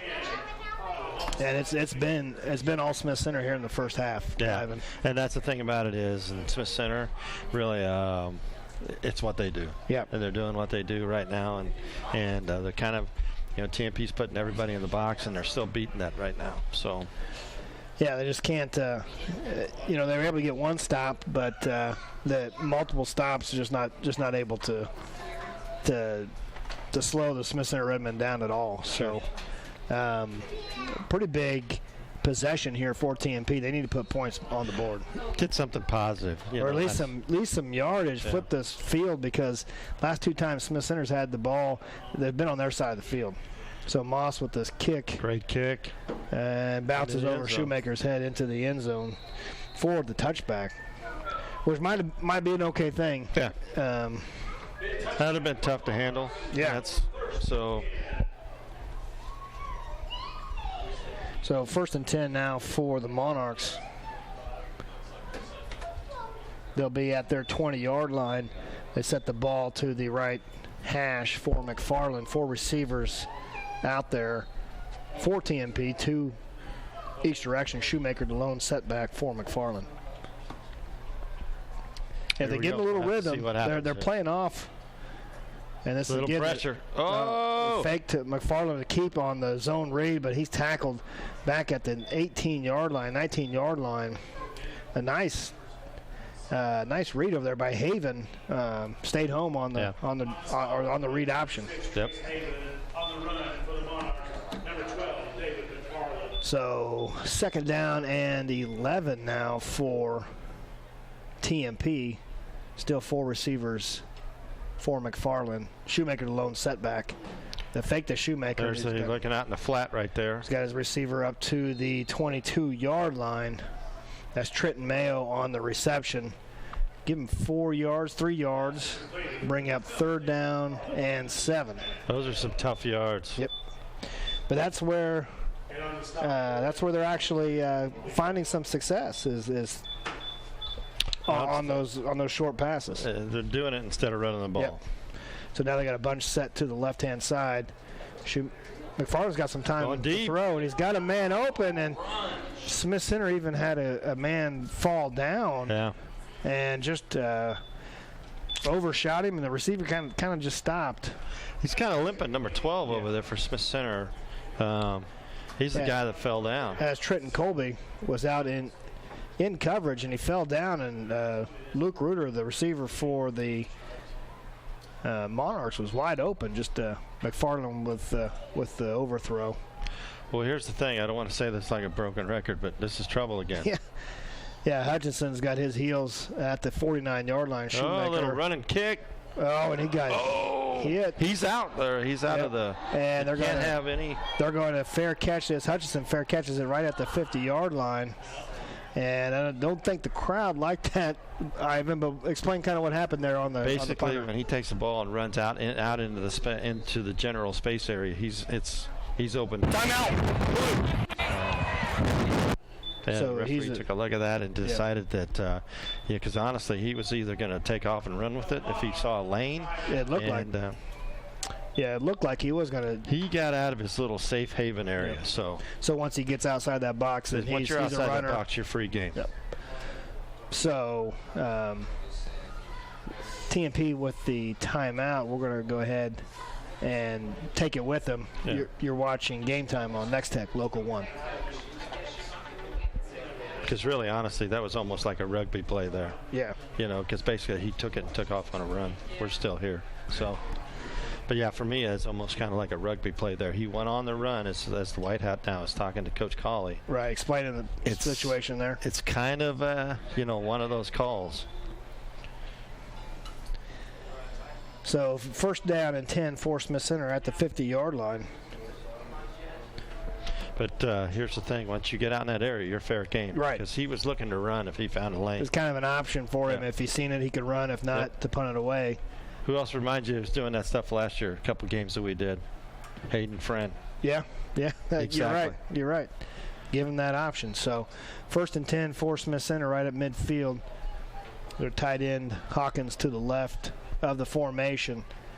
The wishbone set behind Hutchinson in the pistol. And looks like a throw. Hutchinson looking deep. He's for there. Myers open, and he's got the catch and breaks the tackle, and there's a score. 50-yard touchdown throw from Colton Hutchinson to Brett Meyer, and that was hit him right in stride there, Ivan. Pardon me, but did you notice this TMP defense? They're all in the box again, but they left the middle wide open, so they were going to come shooting gaps, and then they throw a long pass. So and Myers, 6'4", 170-pound senior, was able to brush that tackle off and get in the end zone for the score. Kind of split the defenders, and there it was. So I think Mayo's shaking up a little bit. Yeah, Trenton Mayo's off to the side. Moss getting set for Smith Center for this extra point. 5:20 left in this first half. 34-6 our score. Smith Center on top of TMP. And Moss hasn't missed tonight. And there's the kick. It looks like it's tipped, and just as I say that, a tip ball, and it goes a little right. So the extra point is no good. Our score will remain 34-6. Smith Center on top of TMP. 5:20 left in this first half. Again, if you're involved in the half. Before, during, or after the game, take your crew to the Golden Q. If the game is on, they're open. The Golden Q in Hayes has the largest gourmet burger menu around. They've also got a super selection of sides, appetizers, salads, wraps, homemade chili, wings, and more. Their Blizzard beer system is guaranteed to keep your drawn brew between 27 and 30 degrees. With a dozen different beers on tap, they've got just about everyone's favorite. Open daily at 10 a.m. The Golden Q, 809 Ash in Hayes. Welcome back to Game Time on Nex-Tech Local 1. We're here at Lewis Field at the campus of Fort Hays State University for the game of the week between the TMP Monarchs and the Smith Center Redmen. 5:20 left in this first half. 34-6 our score. And Smith Center that time on offense able to do a little different. They went to the air. Well, take a shot. Yeah. You get everybody in the box, then you can take really honor that was a great call. Great call. So Hutchinson connected with Meyer for the 50-yard touchdown toss and catch to make our score 34-6. Moss set to tee it off for Smith Center. Back deep is Reuter and Shoemaker for the Monarchs. And this will be Reuter at the 7-yard line. Cuts this back up. He's got a lane. He's got a little bit of room. Breaks a tackle now to the left-hand side. He's got some room off there. He's stiff-arming the guy, and he gets down to the 48-yard line. So good run there by Luke Reuter. That's the second big run back. Pump a little blood back in your vein a little bit. Great job on him. There was as you could see from where we're at, there was a crease over there that he took it and ran with it. So TMP set up in pretty good field position at the 48-yard line. 1st and 10 for McFarland now. He's got 3 receivers off to his right-hand side. Shoemaker, the lone setback to his right. That wind's still blowing out there. And this is a give to Shoemaker, and he's stopped in the backfield by a host of Redmen led by Ross. Isn't that interesting? Before they were blowing whistles in there, they let him play right there. So that's a 6-yard loss on 1st down, and that's going to put the Monarchs in a big hole here offensively. So they've going to mark this at the 44-yard line. Will be 2nd down and 15 for TMP. David McFarland, the senior quarterback. Quick pass out here. Oh, he's got a man open, and they just dropped it there. Yep. He did have some room. That's Carl Rack, but yeah, it looks like Colton Hutchinson was bearing down on him, and Rack read it very quickly and it was able to get there. So Rack up, unable to hold on. It might have been better if he would have dropped it. Yeah, I agree. Hutchinson was there to on coverage. So 3rd down and 15 for TMP. We haven't called it Brenz's name here in a while. 4 receivers for McFarland, and he's got to get this off too early, and there's pressure being put on him by Austin Hobelman, the defensive end for Smith Center, and McFarland just all he could do was just get that ball away. So 4th down and 15 for TMP. And ever since the first couple drives in the first quarter, they've struggled with Smith Center's defensive front. They've been able to get some pressure. Well, we talked about it earlier. You get pressure, it's hard to, even on those quick routes, it's tough to get it there. So 4th and 15, and we'll see the punt team for the Monarchs. Last time there was a little bit of, they gave Shoemaker an option to either run it or punt it, and he punted it outside of the box. Okay. Took a pretty good hit. I would watch this play as well. It's at about the right side of the game here. I would watch. And they're going to blow this dead early. It's going to be a timeout. Yeah. Timeout. Last week, we were talking. Yep. It's just one of those things you go, well, this is a turning point in the game here. Right. So TMP takes a timeout. 4:19 left in this first half. We're going to take a look at some of these Snapchats for our game time contest, and there's the first one coming up for TMP.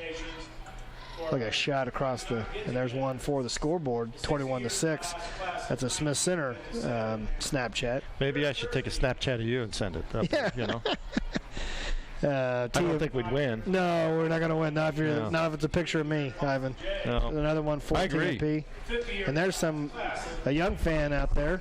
Yeah. For the Monarchs. How about another Snapchat from the guys down in the van? That would be interesting. They're busy working, Ivan.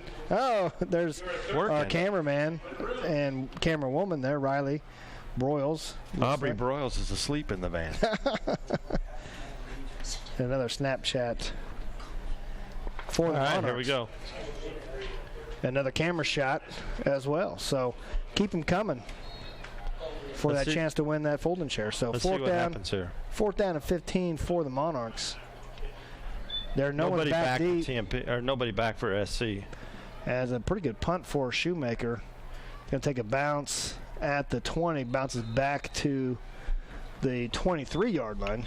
Smith Center, when you call timeout, you get to thinking too much. They had everybody up, nobody back. So again, you don't have to be at the game even to to win this chair. So Snapchat, yeah. Send the Snapchat of the game that you're watching, either on Nex-Tech Local 1 or through the YouTube channel. Is your wife watching the game tonight? Yeah, no. I'm guessing not. Oh. I wonder why. Yeah, she's seen enough of me. You talking or just a picture of you? Both. Okay. First down and 10 for Smith Center at the 27-yard line, 28-yard line. Hutchinson in the pistol and give the second man through, and that's Peterson up the left-hand side. Looks like they fumbled. And it looks TMP's got the ball. There is a flag down. A good stick out there. We'll see it on the replay. I mean, it looked like they put a helmet right on the ball. Yeah, that's looks like Tate Garcia out there put his helmet right on that ball. Walking back on the defense. Penalties decline. First down. Penalty is declined, and TMP will take over 1st and 10 at the 34-yard line. So finally, something positive happened for TMP here. I'd take a shot at the end zone here. Yeah. If you get the time, take a shot. 4 receivers for McFarland, 2 on each side. McFarland dropped back to pass. He's looking deep. He's got Renz open. Renz makes the catch at the 15, able to lean forward down to the 13-yard line. And you had mentioned we haven't heard him for a while, but Creighton Renz on the reception. He is the leading receiver for the Monarchs. That's what I thought, right? You know, just had a big play on defense. Come back and let's get a big play on offense, you know. So TMP now, that was good for a first down, and they are 1st and 10 at the 13-yard line. McFarland rolling the pocket off to the left-hand side. His throw just a little too late, and closing in for the Redmen, that was Trenton Colby, almost coming up with the interception. Great diving, block right there. Great job. Just a little late on the throw. Garcia out there was open for just a split second.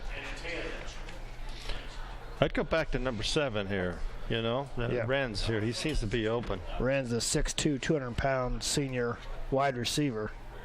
And this is fake give. He's got some room off the left-hand side. This is Reuter. Makes a man miss up to the 5-yard line. Luke Reuter, who's done the majority of the work here for the Monarchs on offense, able to get a good gain on 2nd down. Well, I think no matter what, this is 4-down territory. Absolutely. 4-down territory here. So 3rd and 2 now from the 5-yard line. Smith Center is kind of struggling getting into the defense right now. So 3 receivers set for McFarland. He's looking way. Right.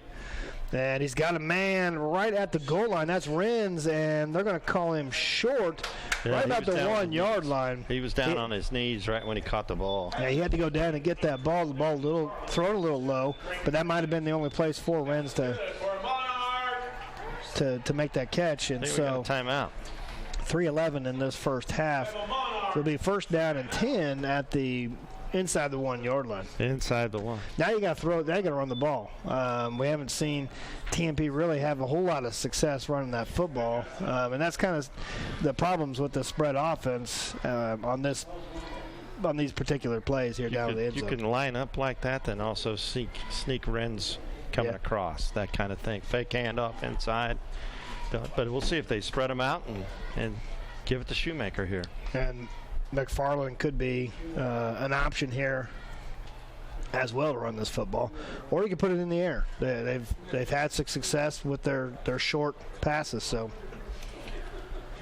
we shall see. 3:11 in this first half remaining. 34-6 is our score. It's been all Smith Center here in this first half. TMP though has got a crack of opportunity. They got able to recover a fumble and have marched this ball down to the 1-yard line. I'd look for Renz here, kind of sneaking off the line. Now just 2 receivers set. Looks like they've got a Shoemaker off the left-hand side, and he's was tackled in the backfield, able to escape that. Still on his feet, and what a run! You lose 6 yards, but what a run by Gavin Shoemaker. Holy cow. I think there's only about 2. I think he had 9. Well, there was a lot of white shirts there peeling off and falling off. That's a great run. Kept his feet, just not able to get anything going forward. Problem was going east and west, not north and south. So now there's a little bit more room for the Monarchs. 2nd down and goal. It looks like at the 7-yard line. McFarland's going to roll to the right. He's got his man open. That's Reuter at the 10-yard line, able to slip a tackle to the 5, and switches across to the end zone for the touchdown. Flag, though. There is a flag down. There's a flag. We'll see if this stands. That was a 7-yard touchdown toss from McFarland to Reuter, though it looks like it will be coming back, though. We'll see what the referee has to say. There was a TMP player that come in late there. Personal foul, face mask on the defense. That penalty will be enforced on the kickoff. Result of the play is a touchdown. That brings our score to 34-12 now. I think they're going for 2 here. Yes. So they're back to the line of scrimmage here real quick. Yeah, there's the face mask. The 4 receivers, they're Great bunched in replay. tight for the Monarchs. It looks like McFarland's out of the pistol now, a little bit closer to Shoemaker's the straight back behind him. Looking to throw to the left. He's got a man open, and there's Cott out there. Wow. Looks like Luke Reuter took that away from the defender, able to catch that ball. Looks like they're both A lot of traffic. Okay. McFarland able to sneak that in and for the 2-point conversion. Let me run this at you. You just had a big momentum swing. You just scored. Onside kick? Yeah, like we've seen last week. Yeah. Maybe a kick to the sidelines and see if you guys can't run underneath and get the ball. If I was Smith Center, I'd be preparing for that right now. So 34-14 our score, 2:27 left in this first half, and finally TMP has got a little bit of momentum. I know they're down 20, but with this offense they can score. They just need to make some stops on defense. Right. So this will. Right now, if I was guys with the white over there, I'd be looking for an onside kick. So this will be big, and they are talking to the kicker. Looks like they gave him a little bit of extra instructions, so this may be it. But it's a double-edged sword. You're right. Double-edged. Well, 2:27 left in this first half. You don't want to give Smith Center good field position where they march it down and could kick it add deep. on. It'd just be an interesting call. I'm just They saying, are going if I to was take Smith the Center, I'd be prepared for it. Well, we remember there's that personal foul too, so they're going to move the ball to the 45-yard line. So, yeah, this sets up perfectly like you're talking about an onside or even a pooch kick. If you pooch it out here to the 30 or the 25, that's still pretty good. Smith Center, the way they're setting up here right now. Yeah, they feel it coming. Maybe even a little pooch kick. Looks like Hutchinson and Peterson back for the Redmen. So we'll see Lucas Lang, the freshman, teeing this up for the Monarchs on the left hand side of the field. And here we go. And it's just a straight kick over the head. And Peterson may have touched that, and he gets on it at the 3-yard line. Able to find a crease up the middle. Peterson's got some room. He's got one man to beat him, and no one's going to catch him. Nobody's going to catch him, and Ethan Peterson he just barely got a hand on that ball to stop it from getting into the end zone, picks it up, and runs 99 yards for the touchdown. What had happened is the guys kind of broke down in their coverage.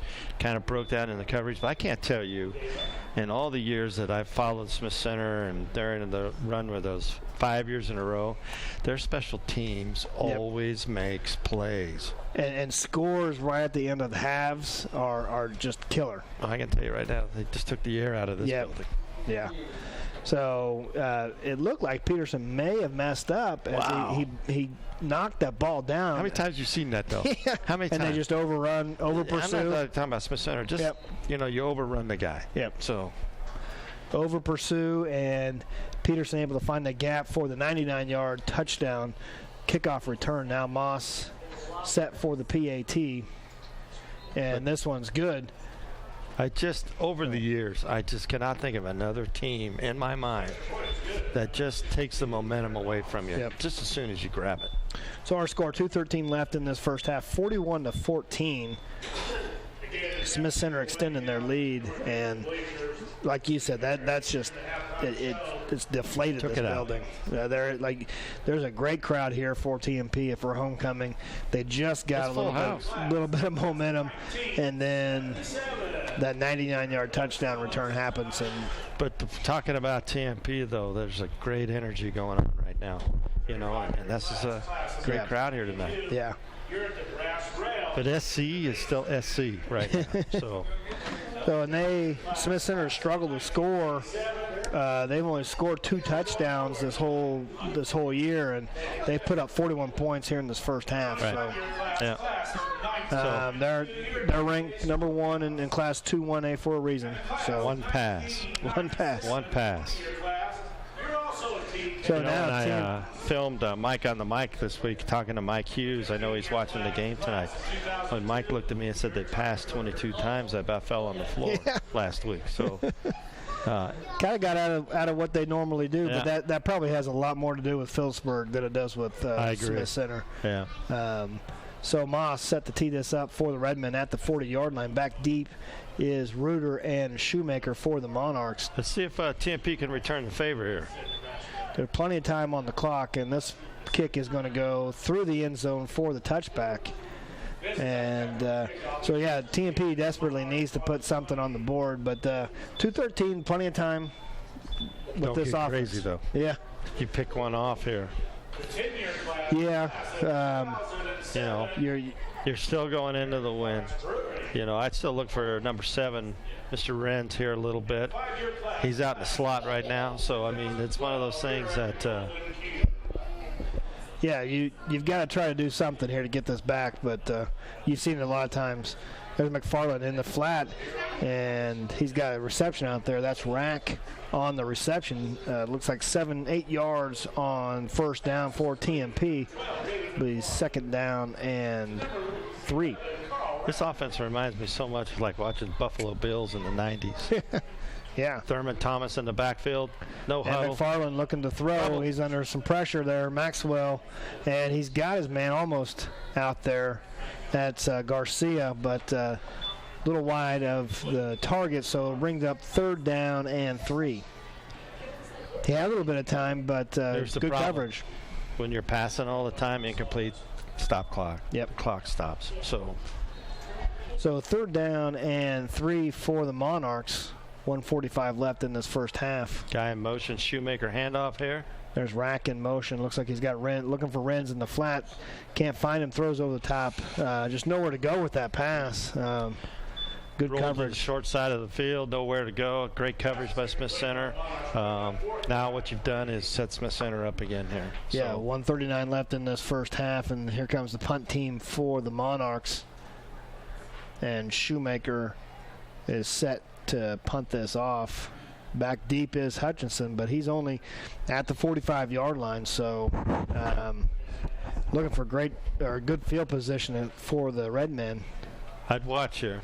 I'd just pay attention. There's a snap. Kind of that rugby style. Yep.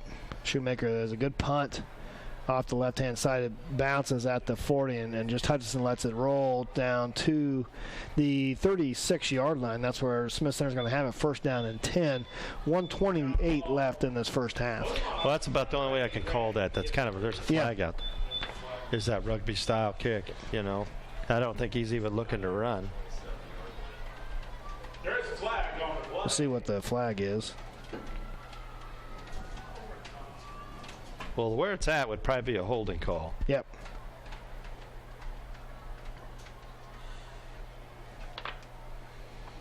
We'll see what the Smith Center may want to punt this again. That was a pretty decent punt.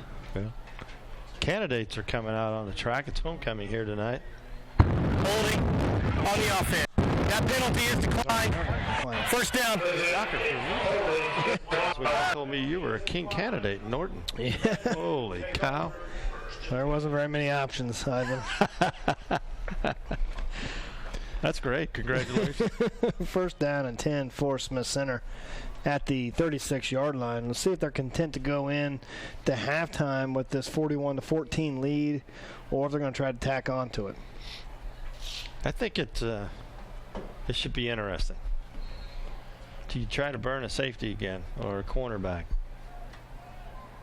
Yeah, my guess is they're probably just going to run and see what they've got. But see what they can break one here. Meyer is split to the right. The tight end Hawkins to the left. Wishbone set behind Hutchinson. And this will give the second man through. Peterson got a lot of room off the left-hand side. Peterson cuts out to the left, now cuts back in the middle. He's through the 20-yard line, and Ethan Peterson's going to get into the end zone. That is a 60. Did you see that gap touchdown? On that? Yeah. I don't know if we'll get a replay on that. You could see it from up here. Here it is. Here's that. And nobody touches him. Wow. Off the left-hand side again, and I lost my mind there for a second because I said, "Oh my!" But that was you could drive a truck through there. And that's Peterson's third touchdown of this first half. 47-14 our score. 1:14 left, and the wheels have kind of fallen off for TMP here late in this first half. Wow. Big plays have really, really hurt them. It's so typical of Smith Center. It's so typical. And Moss set for the PAT, and this one's up. Looks good and there. It is good. So 48-14 our score. Still 1:14 left in this first half. How much time was on the clock when they got it? 1:39? It was about 1:39, 1:40. So. Holy smokes. Ethan Peterson, 3 touchdowns, 2 running, 1 on a return. Trace Haven, 3 touchdowns, all on the ground. You could just see that play develop, that fake handoff to the fullback, and it wasn't even a crease. It was a hole. Yeah, second man through for the Redmen, and Peterson. I still think it's that Hobelman side, Dalton Kuhn side. So yeah, that's the left-hand side that they've just been dominant tonight. For the Redmen. Now you're in a gut check time. Yeah, this is, you put 14 points on the half. No, you put 14 points on the board, but you're staring at 48 from Smith Center. They've only been stopped one time. What you don't want to do is turn it over. Yeah. You really don't. Let's get in the halftime regroup. And that's kind of what's happened here. They've Smith Center or TMP scored to kind of close that gap, and then Smith Center with the long touchdown return, and then the long touchdown run. They've just kind of blown this wide open. Number 62, Eric Moss. So Moss will get this teed up at the 40-yard line. Back deep is Reuter and Shoemaker. Reuter has had a couple pretty good kick returns tonight. Yes, he has. They could use one right now for sure. Moss, there's the flag or whistle blown. There's a flag on the play. Somebody offsides? Might have been. I don't know if I see a flag. I was looking at my phone, so. I heard the whistles. I don't see a flag though down. Oh, there is a flag clear down here on the sideline. Holy cow.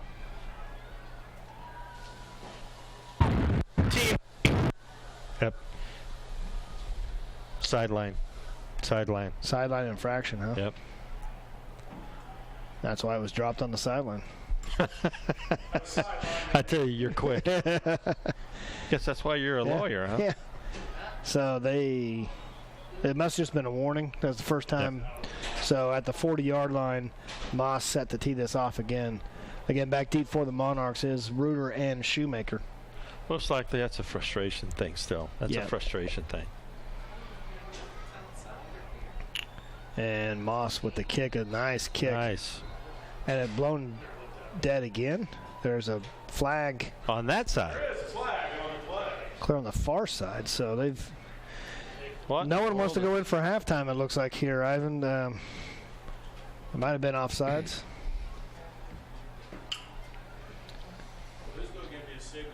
So we'll see what the call is.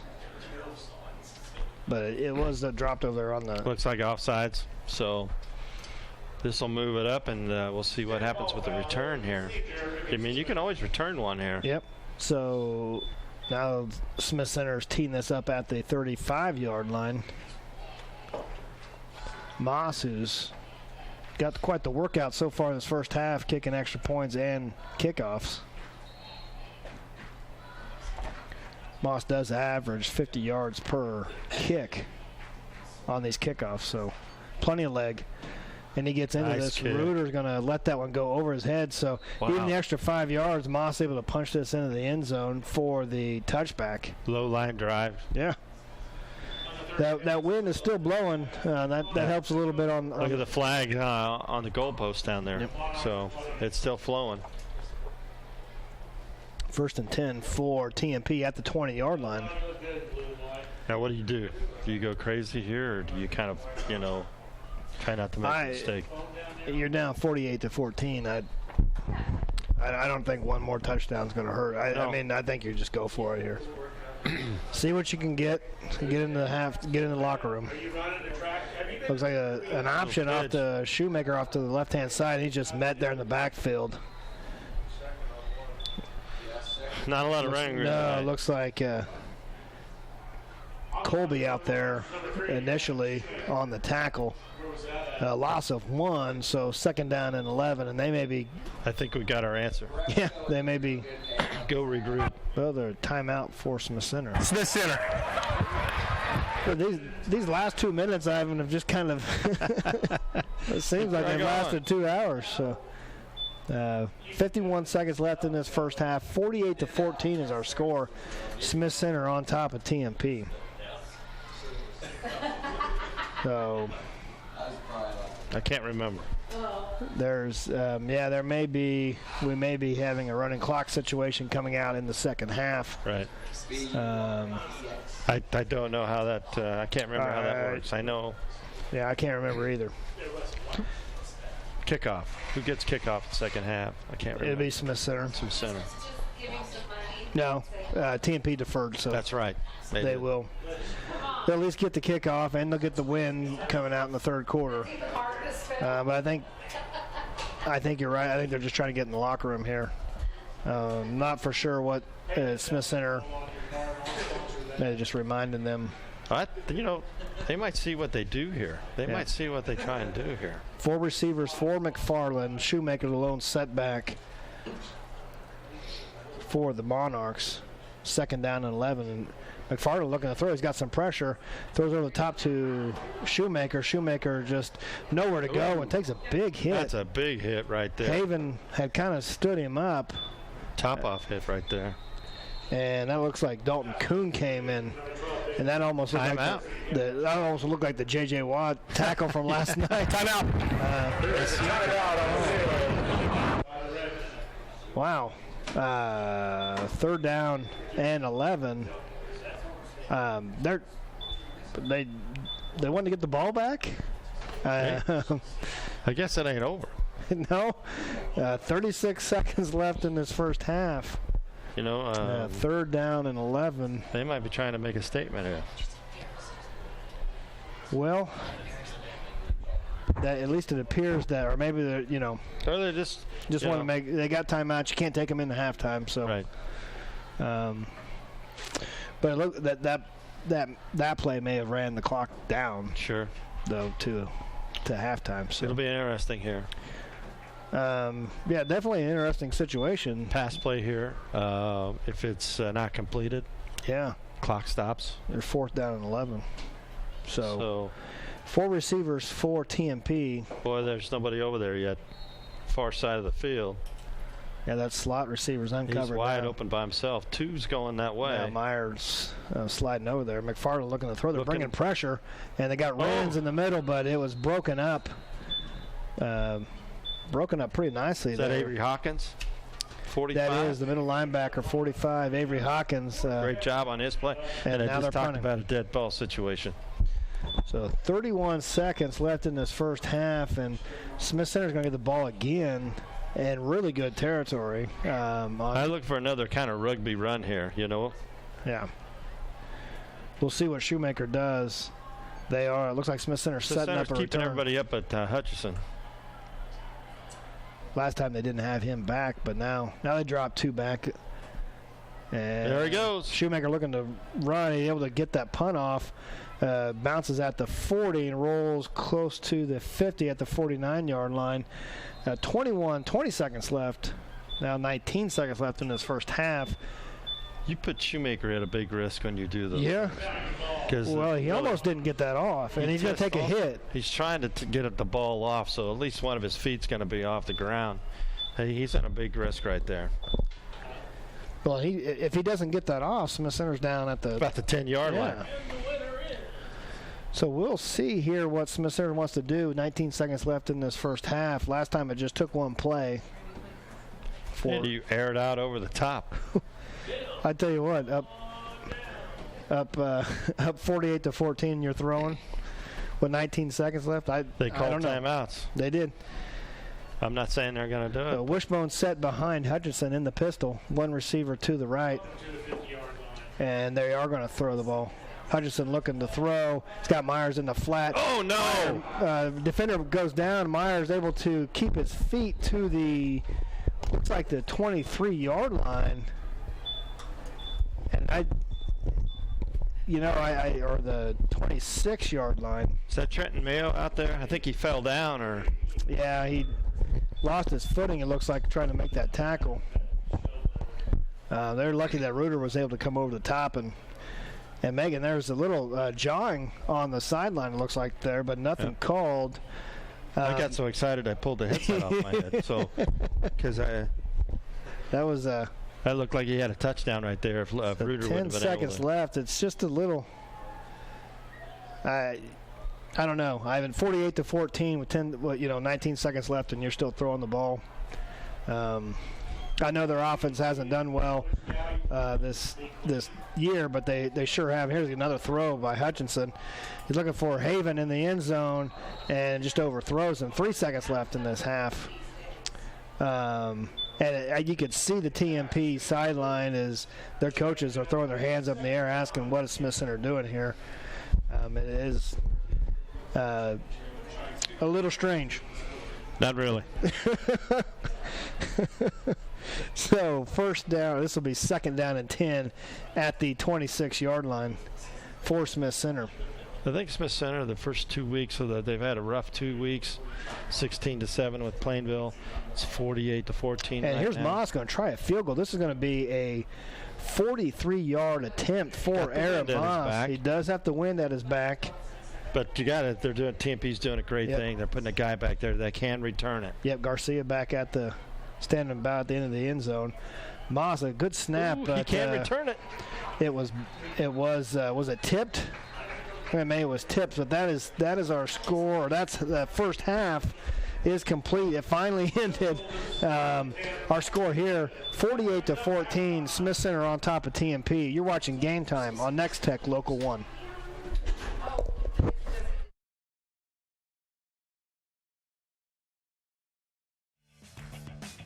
From senior trips to toddler adventures and youth sports, the Hayes Recreation Commission is your one-stop shop for fun. Check out all the fall and winter brochure for a complete list of scheduled events and classes. The fun times continue in the HRC Wellness Center, where you can enroll in personal training and memberships. The HRC provides fun and fitness for all ages. Find them at hayesrec.org. Call or stop by and learn more. All Faiths Funeral Chapel, Heavenly Beauty's Hair and Nail Salon, and Jean's Heartland Foods are proud of the hard work and dedication of all of the Smith Center Redmen students and athletes. They hope this school year is the best ever. Best wishes for a successful season from Fouts Insurance Agency and Family Health Mart, backing the Smith Center Redmen all season long.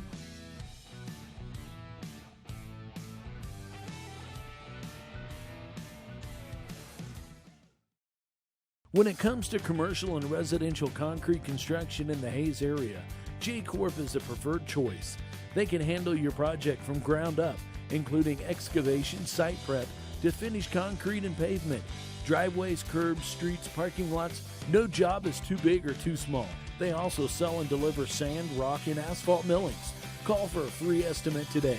The rock-solid choice in concrete construction. J-Corp, 1707 East 10th Street in Hayes. Karst Water Well and Drilling Service has been drilling water wells and installing water systems in the area for over 84 years. Whether your project is residential, agricultural, commercial, or municipal, Karst Water Well can do the job right the first time. We offer design and consulting services and use the latest technology with only the best water system components on the market today. So no matter what kind of water well or water system you need, Karst is the company to do the job. Call us today for a consultation. Regulations and tax laws are always changing. That's why businesses and professionals turn to the experienced team at Mapes & Miller Certified Public Accountants. With 8 CPAs to assist you, they offer a wide range of services from tax preparations, bookkeeping, and payroll to auditing and accounting services. They can also help farmers, ranchers, and small businesses with tax planning. It's not what you make, it's what you keep. Mapes & Miller Certified Public Accountants with offices in Norton, Phillipsburg, Stockton, and Quinter. Tri-Central Office Supply, Steel Fabrications, and Professional Fire Equipment are proud of the hard work and dedication of the TMP Monarchs students and athletes. They hope this school year is the best year ever. Best of wishes for a successful season from CleanRight, Von Lennel Refinishing, and Cedar Lodge Dental Group, backing the TMP Monarchs all season long. Hi. We're looking for insurance. Let's see who's free. When insurance agents work for only one company, their options are simply limited. But a trusted choice independent agent is free to shop many companies for a better deal. Free to do what's right for you. Let us shop for you. Contact Rogers & Associate to learn more.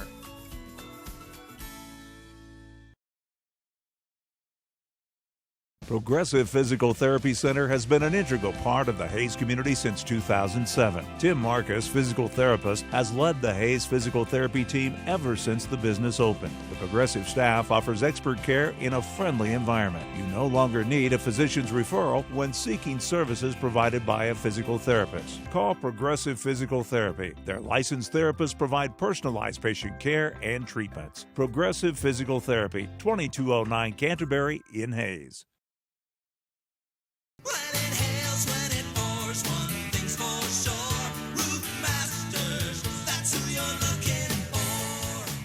We are your Northwest Kansas premier roofing contractor. We've got you covered before and after the storm. Let us evaluate the condition of your roof and discuss options. We'll often be able to offer efficient, affordable alternatives. Call Roof Masters for a free estimate today. Roof Masters, that's who you're looking for. Hi, I'm Alex, and here we are at Herman Physical Therapy. Mariah, do you need doctor's orders for PT? Nope, but if your doctor orders PT, you can still choose to come to us. Great. Is Troy in? Yes, he is. Alrighty, thanks. Hey Troy, is it true you do free consultations? You betcha. Why did you choose Herman PT? He makes it fun. Would you refer a friend here? I already have. Well, there you have it. Herman Physical Therapy and Wellness. Good for the body, good for the soul. Julie Coleman Photography, Center Monuments and Limestone Engraving, and Dave's Heating and Cooling are proud of the hard work and dedication of all of the Smith Center High School students and athletes. They hope this school year is the best ever. Best wishes for a successful season from the People's Bank, Farmers Union Insurance, Greg and Tamara Frank, and the Looking Glass Salon, backing the Smith Center Redmen all season long.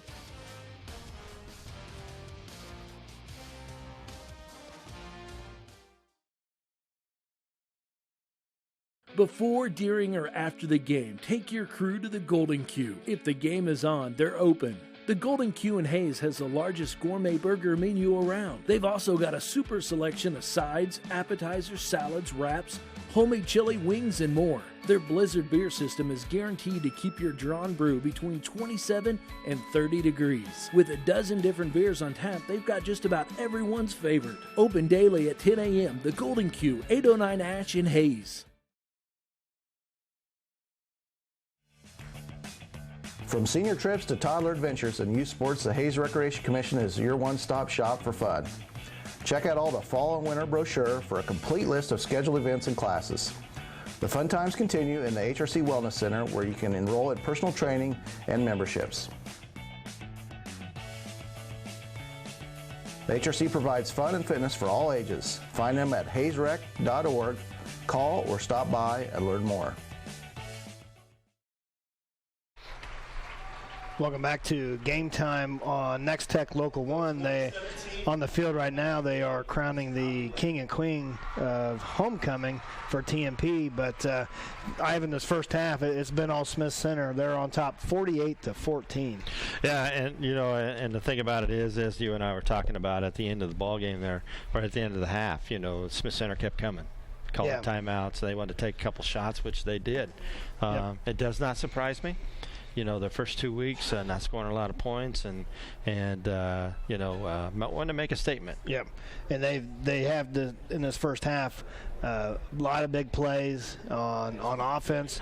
Even in the kick return game, there's been some big plays, and Smith Center's dominated on every aspect here in this first half. Well, special teams has been a big thing for them, but also too, I talk about that left side of that line, Dalton and Hobelman.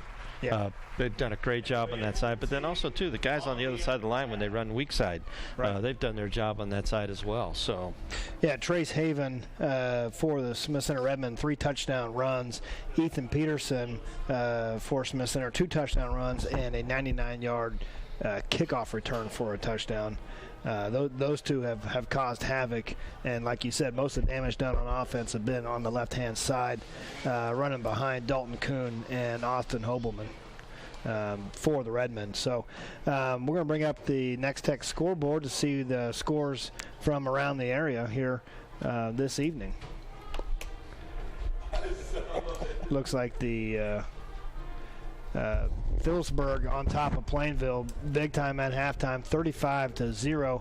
And Hayes High following up their victory last week over Great Bend. They're leading Liberal in the fourth quarter, 13-0. Norton all over Oakley, 28-0 in that second quarter.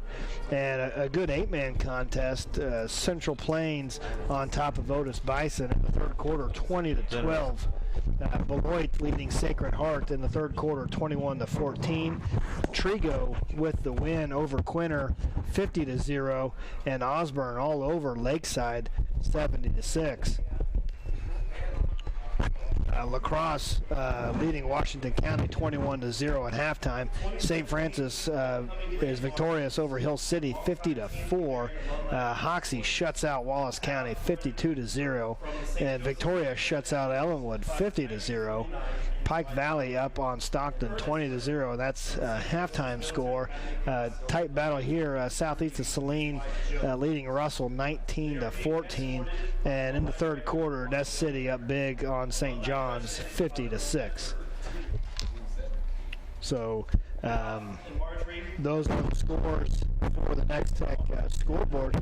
The band and the candidates for TMP still on the field, finishing up their halftime halftime activities. But 13-0, Hayes High on top of Liberal in the fourth quarter. Ivan, that's they're following up the win last week with a good performance. Really, honestly, that's a great thing for Hayes High now. They're down in what they used to call the burial grounds. I don't know if they still call it or not down in Liberal, but 2 weeks in a row, Hayes High has shown up now. So our score here at halftime is 48-14. Smith Center on top of TMP. It is TMP's homecoming, but that nothing has gone right for TMP in this first half. They do get the second half kickoff. What do you They have expect scored from? twice, and really you can't say they've turned the ball over. Smith Center's made some great plays on defense. Blocking some balls and tapping some balls, but Smith Center just came out and did what Smith Center does. Right. So. Yeah, they've run the football and they've played smash mouth football, and TMP is just unable to stop them right now at this point. But, right, and that's Smith Center is all about a system, and they have a great system, and their kids know the system, and it doesn't change much. Right. But they did throw a pass, touchdown. Yep. So it's one of those things. Everything's clicking right now. So we've got here some of the replays of the scoring plays. There were quite a few of them here in this first half. Here's Trace Haven on the first one on the 77-yard touchdown run off the left-hand side to open the scoring up for the Redmen. Yeah, this is a big run. It's Peterson again. Both very similar runs off the left-hand side, big runs for the Redmen. And those are just killers. Yeah. It's just killers. And TMP gets on the board here with a screen pass to Shoemaker. Great call. Yeah. Great run, though. Yep. Great run, Catches Smith Center in a blitz, and able to get to the corner for the score. Great job right there. Left-hand side again. Yep. And that's Haven in for his second touchdown run of the evening. And this is Haven off to the second man. Yeah, Haven again. Everybody crashing down on the fullback, and here's the throw for the touchdown. Just a nice long toss from Hutchison to Meyer. Just hits him almost perfect in stride, and Meyer able to shake off some tacklers. But you can't really say the defender was in the wrong spot. No. I mean, he was still there to make a play, but the pass was right on the money. And there's Reuter in for the score for TMP, but then the ensuing kickoff, Peterson. Just a dagger. Peterson takes it to the house from 99 yards out. That's the one he took around the goal line. The ball bounced around, he picked it up and took off. And then Peterson again right before half with the long touchdown run. Again off the left-hand side, cuts it back. Looks like he kind of ran out of gas right there towards the end. But it's been the majority of the plays there, majority of the scoring in the first half has been Smith Center. But like we said, TMP does get the opening kickoff here in the second half, and we'll see they're also going to get the wind. That may have played a little bit into their throwing. Some of the throws were a little off. It was throwing into the wind, so they do get the wind here in the second half. Yeah, and I expect SC to play the same way as what they ended the half. I mean, if they pull up at all, it'll be in the fourth quarter sometime. So we'll have that coming up for you. So stay tuned. You're watching Game Time on Nex-Tech Local 1. All Faiths Funeral Chapel, Heavenly Beauties Hair and Nail Salon, and Jean's Heartland Foods are proud of the hard work and dedication of all of the Smith Center Redmen students and athletes. They hope this school year is the best ever. Best wishes for a successful season from Fouts Insurance Agency and Family Health Mart, backing the Smith Center Redmen all season long.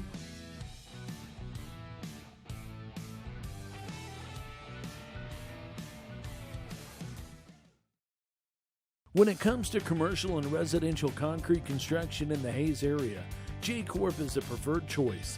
They can handle your project from ground up, including excavation, site prep, to finish concrete and pavement. Driveways, curbs, streets, parking lots, no job is too big or too small. They also sell and deliver sand, rock, and asphalt millings. Call for a free estimate today. The rock-solid choice in concrete construction. J-Corp, 1707 East 10th Street in Hayes.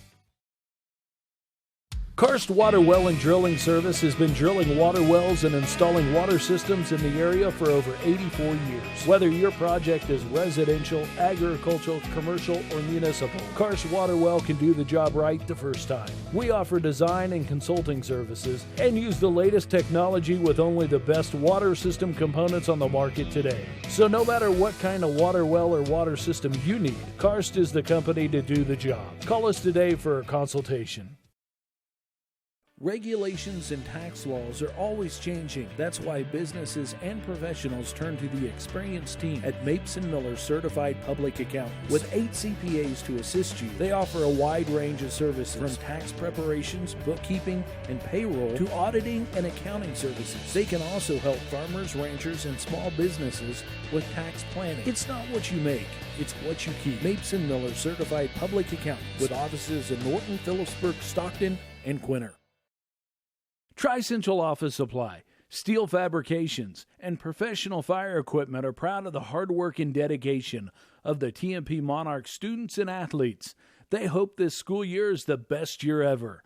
Best of wishes for a successful season from CleanRight, Von Lennel Refinishing, and Cedar Lodge Dental Group, backing the TMP Monarchs all season long.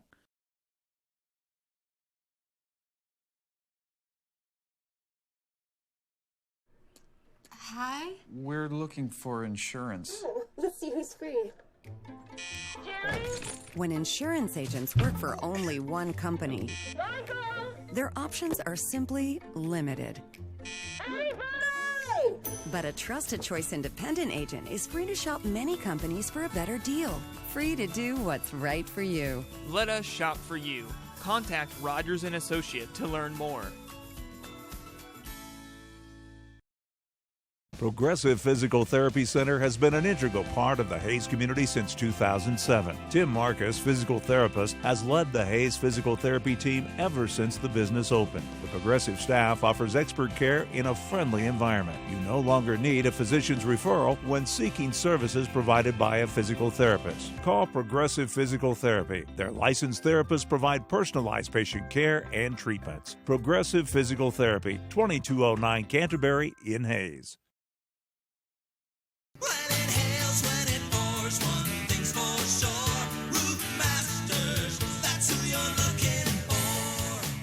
We are your Northwest Kansas premier roofing contractor. We've got you covered before and after the storm. Let us evaluate the condition of your roof and discuss options. We'll often be able to offer efficient, affordable alternatives. Call Roof Masters for a free estimate today. Roof Masters, that's who you're looking for. Hi, I'm Alex, and here we are at Herman Physical Therapy. Mariah, do you need doctor's orders for PT? Nope, but if your doctor orders PT, you can still choose to come to us. Great. Is Troy in? Yes, he is. Alrighty, thanks. Hey Troy, is it true you do free consultations? You betcha. Why did you choose Herman PT? He makes it fun. Would you refer a friend here? I already have. Well, there you have it. Herman Physical Therapy and Wellness. Good for the body, good for the soul. Julie Coleman Photography, Center Monuments and Limestone Engraving, and Dave's Heating and Cooling are proud of the hard work and dedication of all of the Smith Center High School students and athletes. They hope this school year is the best ever.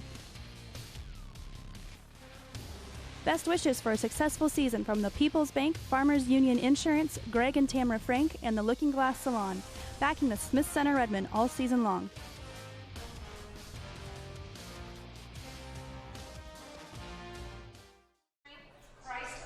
Welcome back to Game Time on Nex-Tech Local 1.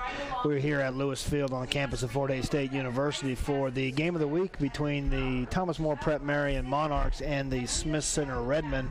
Our score here at the break, Smith Center on top 48-14, and Ivan, it's been a pretty dominant performance here by Smith Center in this first half. It has.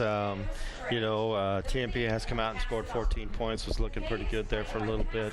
But the thing with the domination of Smith Center's, it's just not their offense. Their defense, special teams. It's been everything on the roadmap right now. Yeah, and Smith Center has struggled through the first two games of the season, only scoring 16 points total from those two first games. Really came out and wanted to. It looked like they wanted to kind of flex their muscles a little bit here this first half and get some points. We talked about this in the pregame, talking about this is a measuring stick. Yeah. I think TMP was looking at this game tonight to say, hey, we're in that same category right now. Right now, it doesn't look like that. Right. Smith Center is still Smith Center. So, as things change, some things just stay the same. Smith Center running the ball in that first half, TMP only able to get one stop, and their defense just wasn't able to get off the field. Smith Center big plays, even a big play in the air, big run plays, big return plays. So though TMP does get this opening kick here in the second half, we'll see what they can string together. But if they're not careful, this could get to a running clock situation pretty quick. It very well could be. And the thing of which, you and I it's tough to see the ball up here where we're at. Right. And I can remember back in the heyday when they had the quarterback under the center, and it was really tough to beat that belly series. So even in the pistol set, you see the ball, but there's been some times that you and I both have lost the ball. Right. And so it's assignment tackling to me. Right. So I think right now TMP comes out, try to regroup, and come out and see what they can do. Yeah, So. and you don't see option football anymore. Even in the high school game, it's not really there in the college game, and it's really not anymore here in the high school game. So it's a little adjustment for TMP. I mean, they probably don't see it. There's still a couple of guys here that I can think of right now with Randy Treiling at St. Thomas Aquinas running the flex bone. Right. And Ryan Cornelson down at Hutch, who was at Hayes High and at lacrosse. Yep. He runs that flex bone at Hutch. Yeah. And it's different than what we're seeing here, but it's still a deception kind of game. And Phillipsburg kind of runs a little version of it as well. Phillipsburg runs out of the pistol set as well. So I forgot about Peeber. So there is some teams in the MCL, and so it's not completely foreign, but it is something different. You've got to play your assignments. You got to tackle your guys, and if you're blitzing and you miss a tackle, we've seen it. There's nobody back behind you. It's still gap assignment. Yep. It's still gap assignment. A, B, C. It's still gap assignment, and right now the TMP's missing some gaps. Yeah. So we'll see what adjustments TMP has made, and see, quite frankly, just to see what their intensity level is. If they're going to come psyche is. Yep. At halftime, I know you get your dauber down a little bit, but Coach Colley, I just met him this week, and a lot of energy. Yeah. A lot of energy, guys. So they're going to need that. I'm sure he's preaching. Hey, let's not quit. So yeah, they're going to need that energy here in this second half, and they can kind of just wipe the slate clean and start over and get some momentum going into next week. Well, basically that's all you can do right now. You're playing in the second half, so let's start over. Yeah. So. Yeah, so we just got an update. It looks like Liberal has put some points on the board. It's 13-6 now, late in that ball game, and for those that are keep an eye on the baseball, Cleveland is down. The Royals are leading here in the bottom of the 8th inning, 4-3. So 2 outs in the 8th for the Royals. So their streak may end, Cleveland's streak may end, but last night it's not over till it's over. They're proving that old point. It ain't over till it's over. So I won't say the old cliche, but the lady gets to the microphone, so it ain't over. So. But Cleveland on a roll. But looks like maybe the Royals able to for a second night in a row have an opportunity to snap that streak. Right. Both teams are on the field. Looks like they're going we got through a minute some left warm-up, here. So we'll see what TMP can do. McFarland really his success, what he's been successful has been these short passes, not even intermediate passes. They've been short, 0 to 5 yards, maybe behind the line of scrimmage. It's a different look than the old San Francisco 49ers do, with basically it's not ball control, it's short passing yards and 5 or less and 5, 8. Yep. And so quick release and don't let the out of the shotgun. No pressure.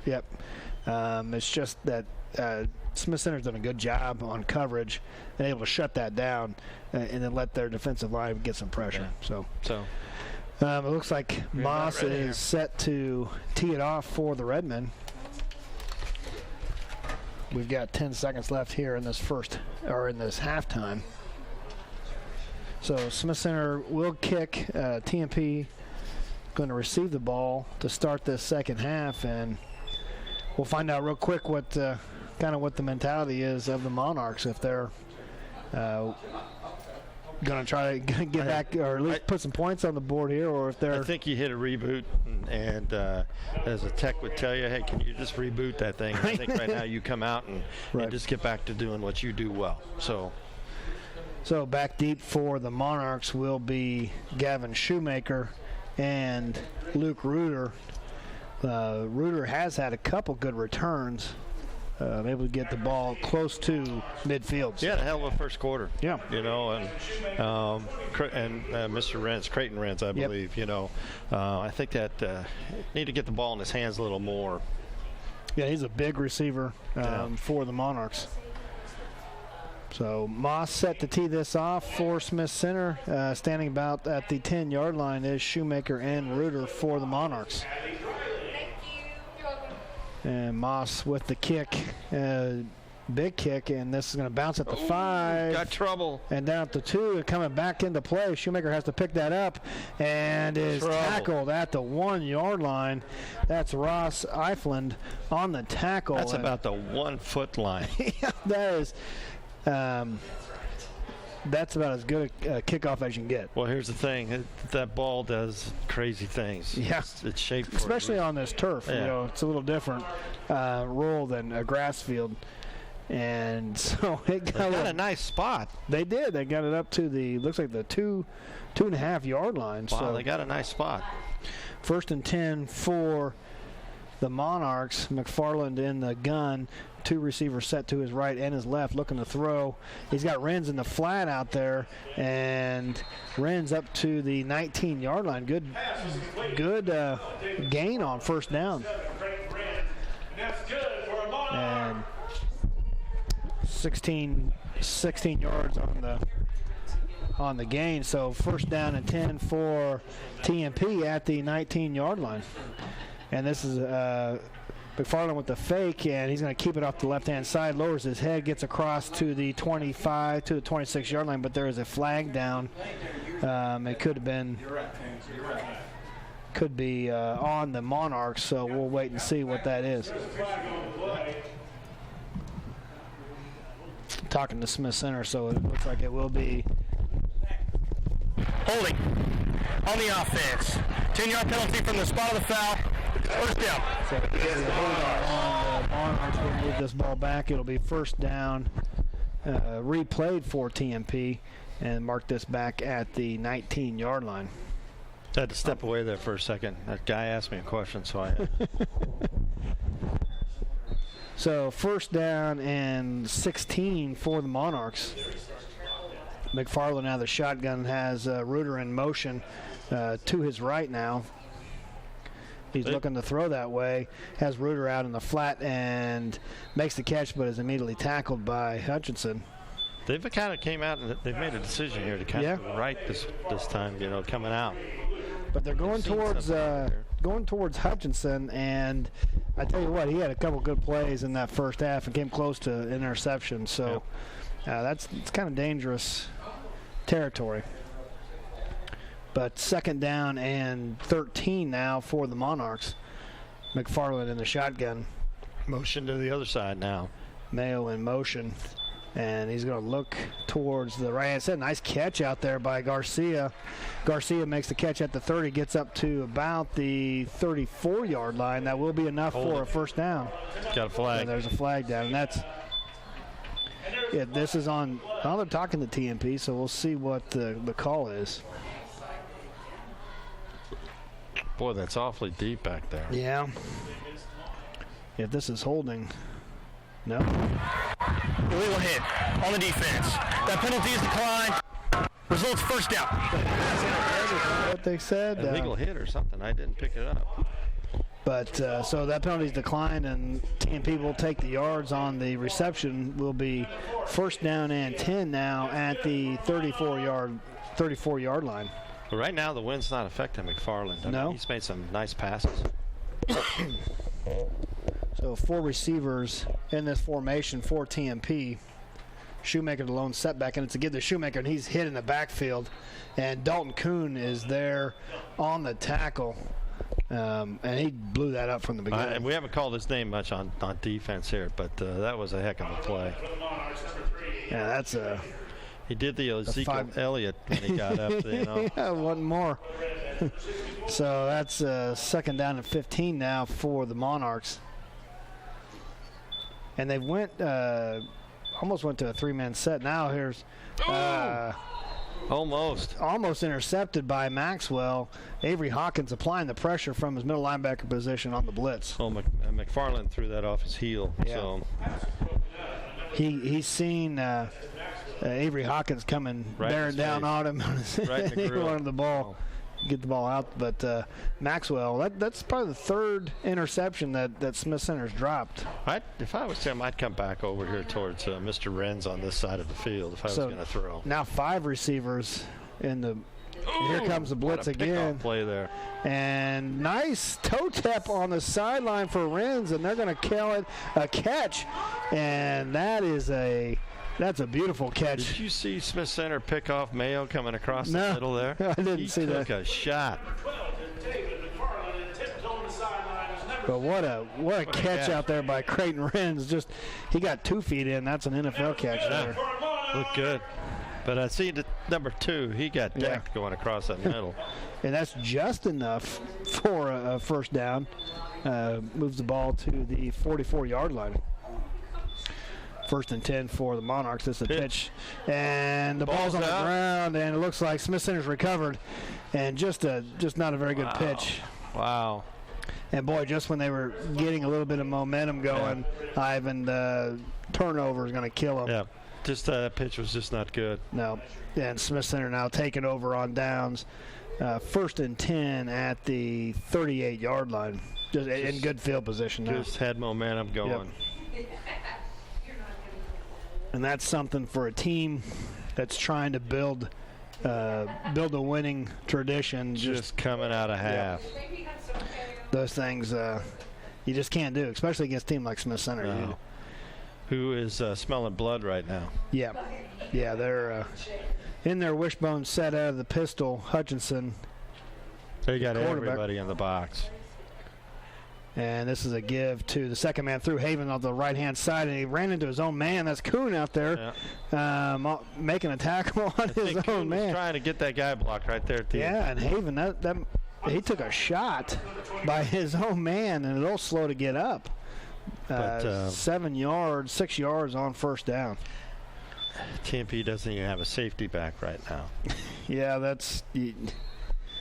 they're relying on just something I noticed, 2nd down and 4 for the Redmen. Tight end Hawkins on the left. Split out wide is Meyer on the right.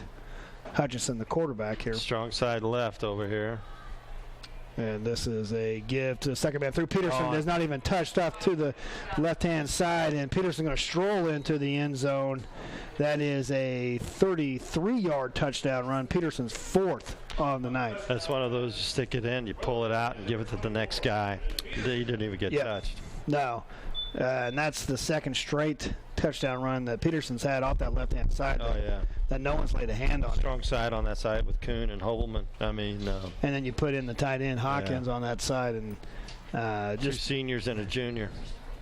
TMP's just got no answer for that. So 9 minutes left in this third quarter. Our score 54-14 now, pending this point after. Aaron Moss for the Redmen with the attempt. And that kind of went off the left-hand side, or left side of his foot. Yeah. I don't think that was blocked, but it wasn't pretty. No, it was, and it wasn't good. So 54-14 remains our score. 9 minutes left in this third quarter, and boy, just if you're TMP, it's not what you want. You got a turnover, then a long touchdown run. Well, they were passing the ball, they were moving the ball, had a big penalty. Yep. And then on a turnover. And I just don't think they can stop them. Smith Center's able to do whatever they want to do on offense right now. And I'm not even sure if they've called the dogs off yet. No. We got 9 minutes in the third quarter. So TMP will tee it off. Moss has got a lot of work in for the kicker for Smith Center. He might be a little tired when the night's over. Not only on kickoffs, on extra points, he did attempt a 43-yard field goal right at the end of the first half. Just outside. Didn't quite have the distance. Would say just outside. Just a bit outside. Yeah. So 9 minutes left in this third quarter. 54-14 our score. And Moss. Well, that's what we were talking about a little bit. What happened last week with Smith Center playing Peaburg. Yeah. I just know Peaburg probably awfully proud they hung a 0 on Smith Center. So right now I don't see these guys. Right now. So Moss set to tee this off on the 40-yard line for Smith Center. Back deep for the Monarchs, Gavin Shoemaker and Luke Reuter. They are standing about at the 5-yard line. Last time, the kickoff died about the 1-yard line. I think right now you might want to field it. And so Reuter's going to take this at the 5-yard line. He's going back, though.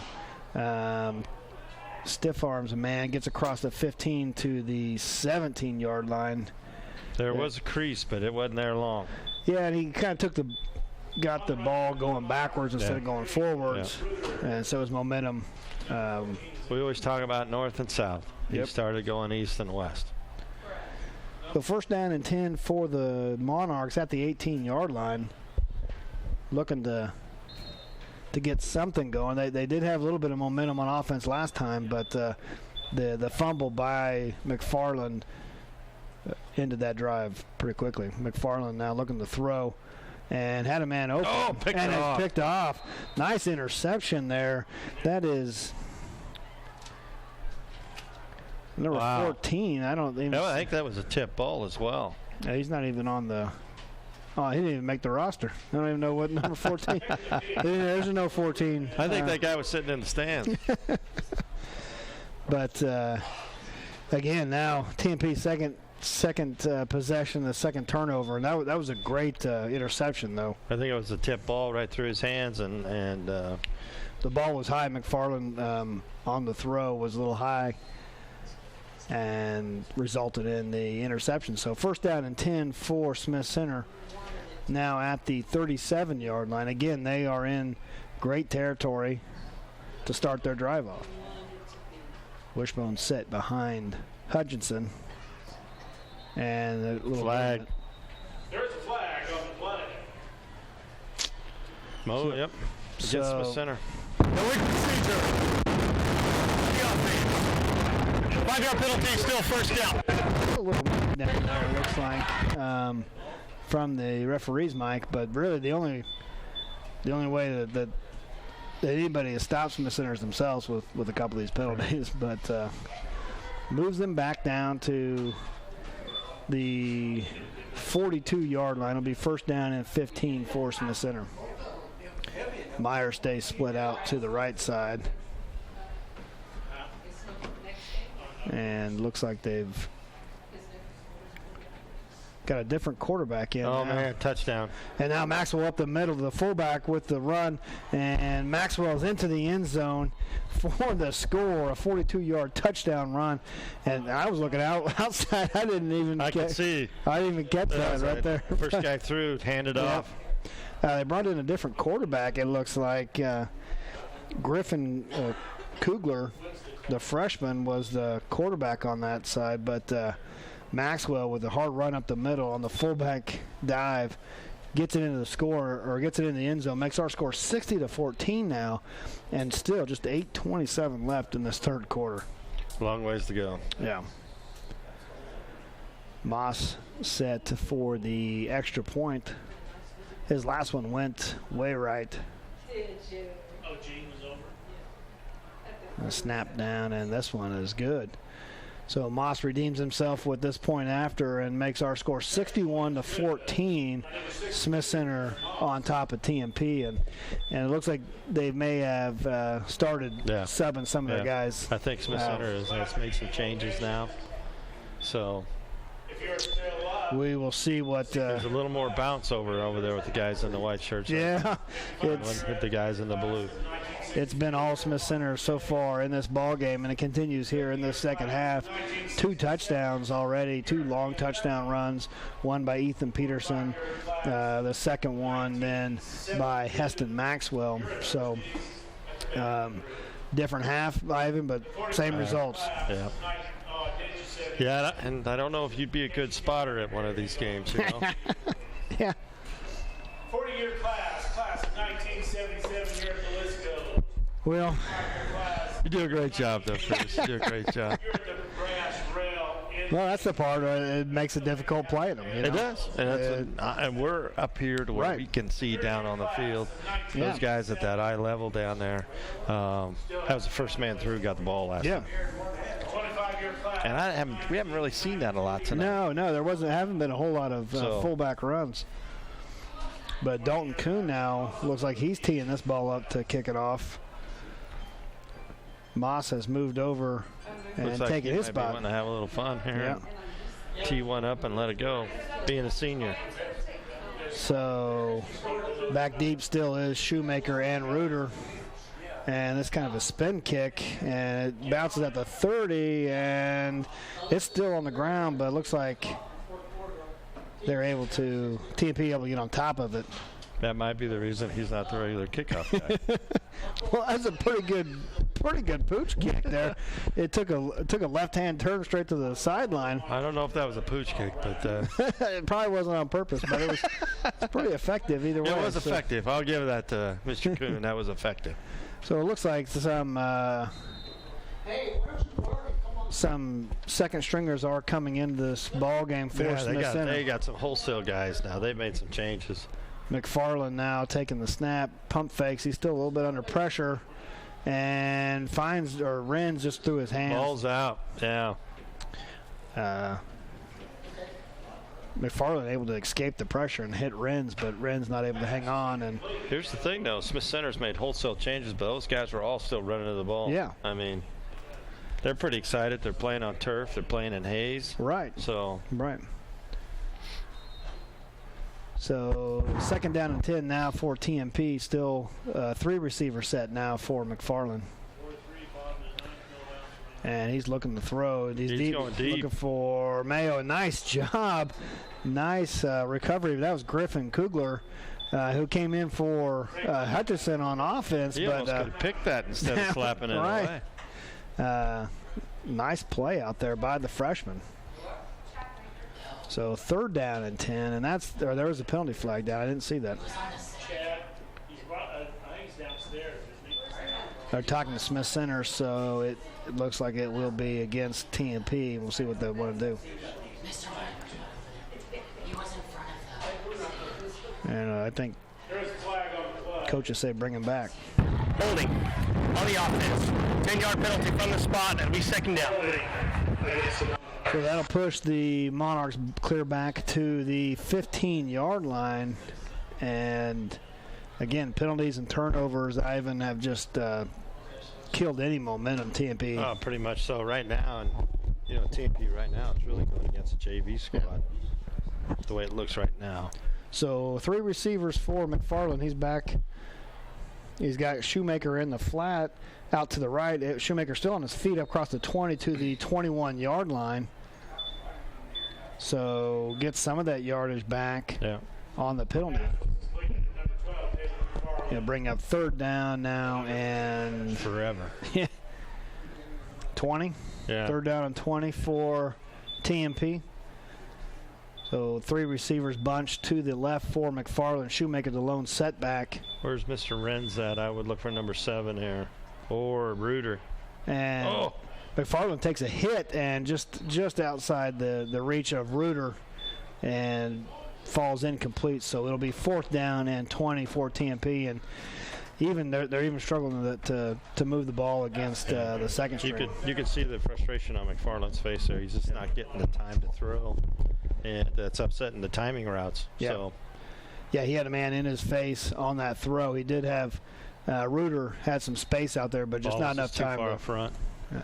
So Shoemaker back in the punt formation. Let's see what this rugby stuff here. And he's looking. And gets this punt off. And it takes a bounce to the 50-yard line now to the. Oh my gosh! And I don't know what they were thinking there. Did he pick it up? I can tell you by the look on the Smith Center coaches over there, that's not what they wanted him to do. No, that's Jacob Conrad. I think he's got to get a talking to right now from Coach Rogers. Yeah, you get away from that. Yeah, but I think Coach Rogers is pretty animated over there right now. But he did fall on the ball. Holy smokes! 40 at the 47-yard line. Smith Center will take over 1st and 10. I know we can't say on air what the word is usually you say, but holy cow! Yeah. Everybody moving away from the ball, but Smith Center able to recover that, and it'll be 1st and 10. Like that raised Coach Rogers' blood pressure just a bit. Meyer's still in the ball game. Looks like as the wide receiver. Kugler though as the quarterback. And this is a give to he's the gone. second man through and keeps going. That is great tackle there by Brett Meyer on the run. Shoemaker got an ankle on him as he was going by. If not, he was gone. A big run by Meyer, the senior looks like running the ball for. Or I think they got another number 2 on there. Yeah, they might have. They had 2 2s out on the same field. Wow. So 1st and 10 for the Redmen at the 39-yard line. Kugler, the quarterback, as a give to the fullback, and nothing going there for maybe a yard or 2 on the run. And we'll see. That is Moss, the kicker. Playing a little fullback here on offense. So 2-yard gain for Moss brings up 2nd down and 8. Now that I'm thinking about it, I think we got to get to the 4th quarter before we get to that running clock situation. I think you're right. So Wishbone set behind Kugler. Receiver split to the right for him. 2nd down and 8. And a give to the second man through. And he's wrapped up and stopped for no gain.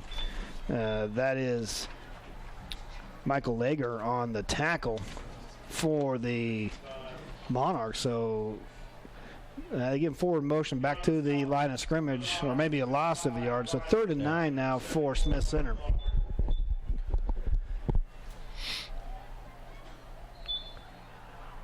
I'd say all JV guys right now for Smith Center. Yeah, back to the wishbone set with the receiver split to the right. Kugler, the quarterback, and going on a hard count, and he drew him off. So a free 5 yards, and encroachment on the defense. 5-yard penalty.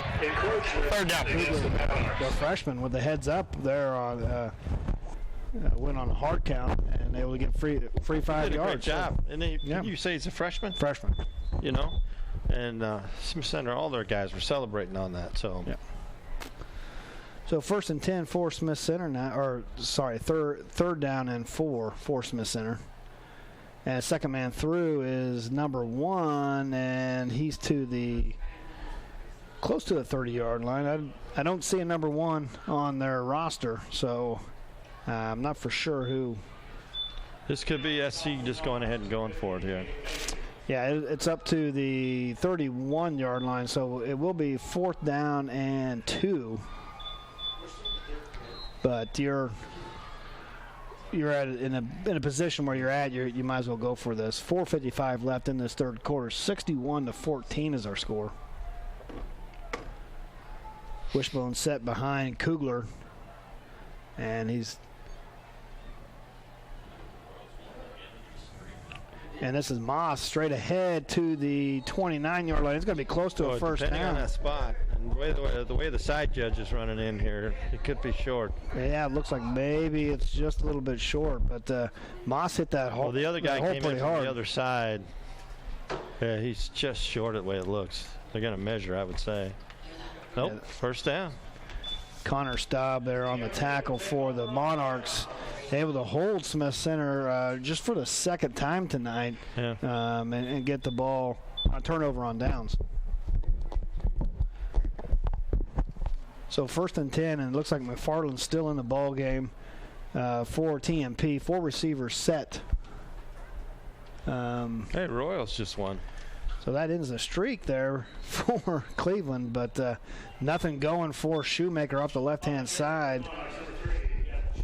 And boy, they haven't been able to get anything on the ground, and so it's been one-dimensional for TMP tonight. Well, I think right now, you're at that stage. Nothing's working. Yeah. So you got a long ways to go. Yeah. There's still a quarter and a half here left to play. 4 receivers set for TMP. And McFarland. Oh, he's got a guy in his face. Renz with the catch, it looks like across the middle. We'll pick up 6 yards on second down. That was a delayed middle linebacker rush on that blitz. It looks like the Logan Zabel coming in to play middle linebacker for the Redmen. Just timed that perfectly on the blitz. Now 5 receivers for McFarland on third down. Oh, he's got 21 streaking going down deep the middle and there. it just overthrows him. Yeah. I think he lined up at the tight end. Yeah, Chase Worth, fullback, tight end, type H back for the Monarchs. Boy, that's a name we haven't called out all night long. Yeah. I think he's a senior as well. Yeah, Chase Worth, the 6 foot 201 pound senior. We have not called his name all night long. Had a couple touchdown runs last week against Ellis. So 4th down and 3, and the Monarchs going for it. Here. He's got a man open, and that's Rentz out in the flat, makes the catch across the 50 to the 46-yard line. So nice pitch and catch out there for TMP to pick up that first down. So that's a good 15-yard gain for TMP. 1st and 10 now at the 46-yard line. 3 receivers set for McFarland to his left. Worth the setback. And he's going to roll to the left, looking to throw. And throws almost across his body there. Just low and incomplete. So 2nd down and 10. And the thing is with the incomplete passes, this until we're later on in the game, this is going to stop the clock. Yeah. So it just delays the inevitable. But I do think in the 4th we will have a running clock. So 2nd down and 10 for TMP, 4 receivers. Now a man in motion, that is Mayo, coming across the formation to the left-hand side. Under pressure and just throwing out of bounds, throw too high for Garcia. But, man, they're still getting pressure up there. I'll tell you what, the Smith Center's still sending some guys. So, yeah, that was it looks like that was Charlie Timmons, another freshman, 6 foot, 200-pound freshman there with the pressure on McFarland, not to throw the ball, to cause McFarland to throw the ball out of bounds. So 3rd down and 10 for TMP at the 46-yard line. And here comes the blitz. Oh, he's on the run. And nice tackle. Nice tackle. Wow. That is Zabel coming in from his middle linebacker position with the pressure and the tackle clear back at the 35-yard line of TMP. So I didn't get to see it, but was that another delay? Yeah, that was another delayed blitz from the middle linebacker position. The old 1 Mississippi, 2 Mississippi hit it. So that's 4th, and that may be 2 miles here, Ivan. So well, they've been doing that kind of what I would call rugby style all night. Yeah. Shoemaker again now on the he's in run. trouble now. He does able to get this punt off, but it goes straight clear up in the air and bounces at the 45 across the 50 to the 47. So, boy, I tell you what, that is dangerous. That is. Well, and they had some pressure off the left-hand side, which caused him. He had to run further towards the out of bounds to get even a kickoff. He is so open for trying to kick it at the same time. Yeah. So 1st and 10 for Smith Center as they take over at the 47-yard line. And he's been able to get it off. He has been every time. Kugler, the quarterback for the Redmen, the wishbone set behind him. And this is a give to the second man through, and not a whole lot of room, maybe 2 yards on the gain. That was Caleb Higgins on the tackle. Well, TMP sent in the house. Yeah. Everybody's in the box. And some of these numbers for Smith Center aren't even showing up on the roster. We're looking at freshmen. Yeah, I think you're right. I think these are got to be freshman players. These are guys that came on the bus and that was number 23. He's not on the roster here with the carry. So 2nd down and 9 for the Redmen. Kugler with the give to, again, the second man through, number 23 on the carry, and he's stopped for maybe no gain, maybe a loss on the play. Chase Worth with the tackle there. Yeah. So a loss of a yard, a 3rd down and 10 for Smith Center. Well, I think TMP's got all their starters on D yet. Yeah, they're looks like they're still out there try to hold off this Redmen. Looks like their second team offense. So 3rd down and 10 for Smith Center. That's a give to, that was a good throw. Kugler looking to throw, scrambles off to the left-hand side, has to throw across his body on the run and just overshoots his man out there in the flats. So yeah, the little number 1 was over there. Yeah, and I wish I knew what number 1's name was. I'd been able to. He was there. So 4th down and 10 at the 47-yard line. We'll see what if the punt team will come on, but no one's coming off. They signal in a play here. And the offense, it looks like. Going to do a punt. Yeah, that's Zabel back to punt this away. Back deep is. Ooh. High snap, able to get it back. Nice punt. Nice punt. I didn't Gets think it down to the 10-yard line, and Mayo, is open field.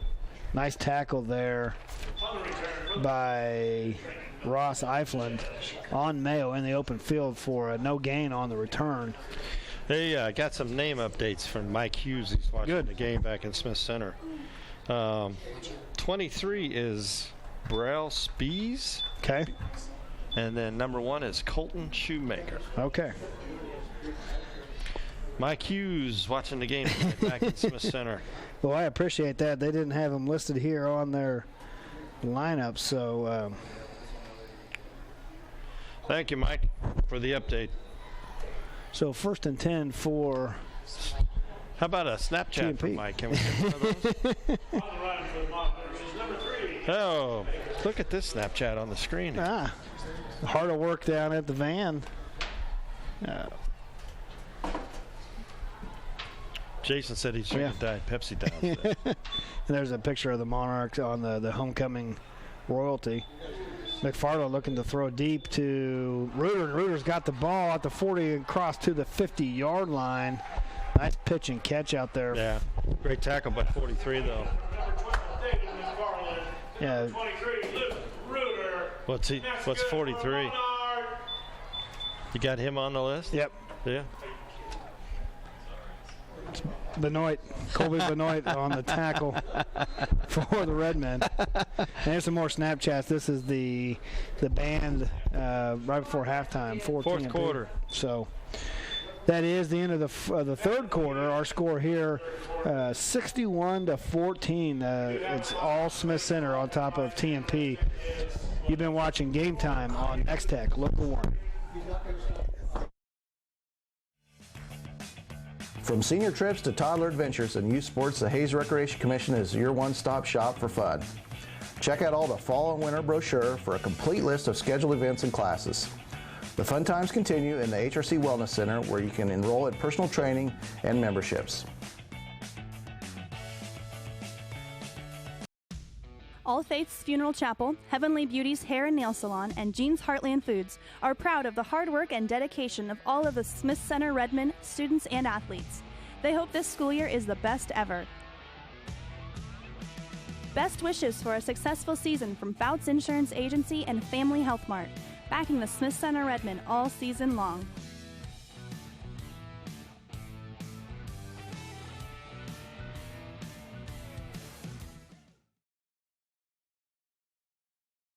Right, go get him.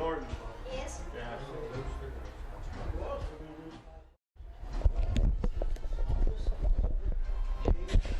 Welcome back to Game Time on Nex-Tech Local 1. We're going to start at the 4th quarter. TMP's got the ball 1st down and 10 at midfield. 61-14 is our score. Smith Center on top.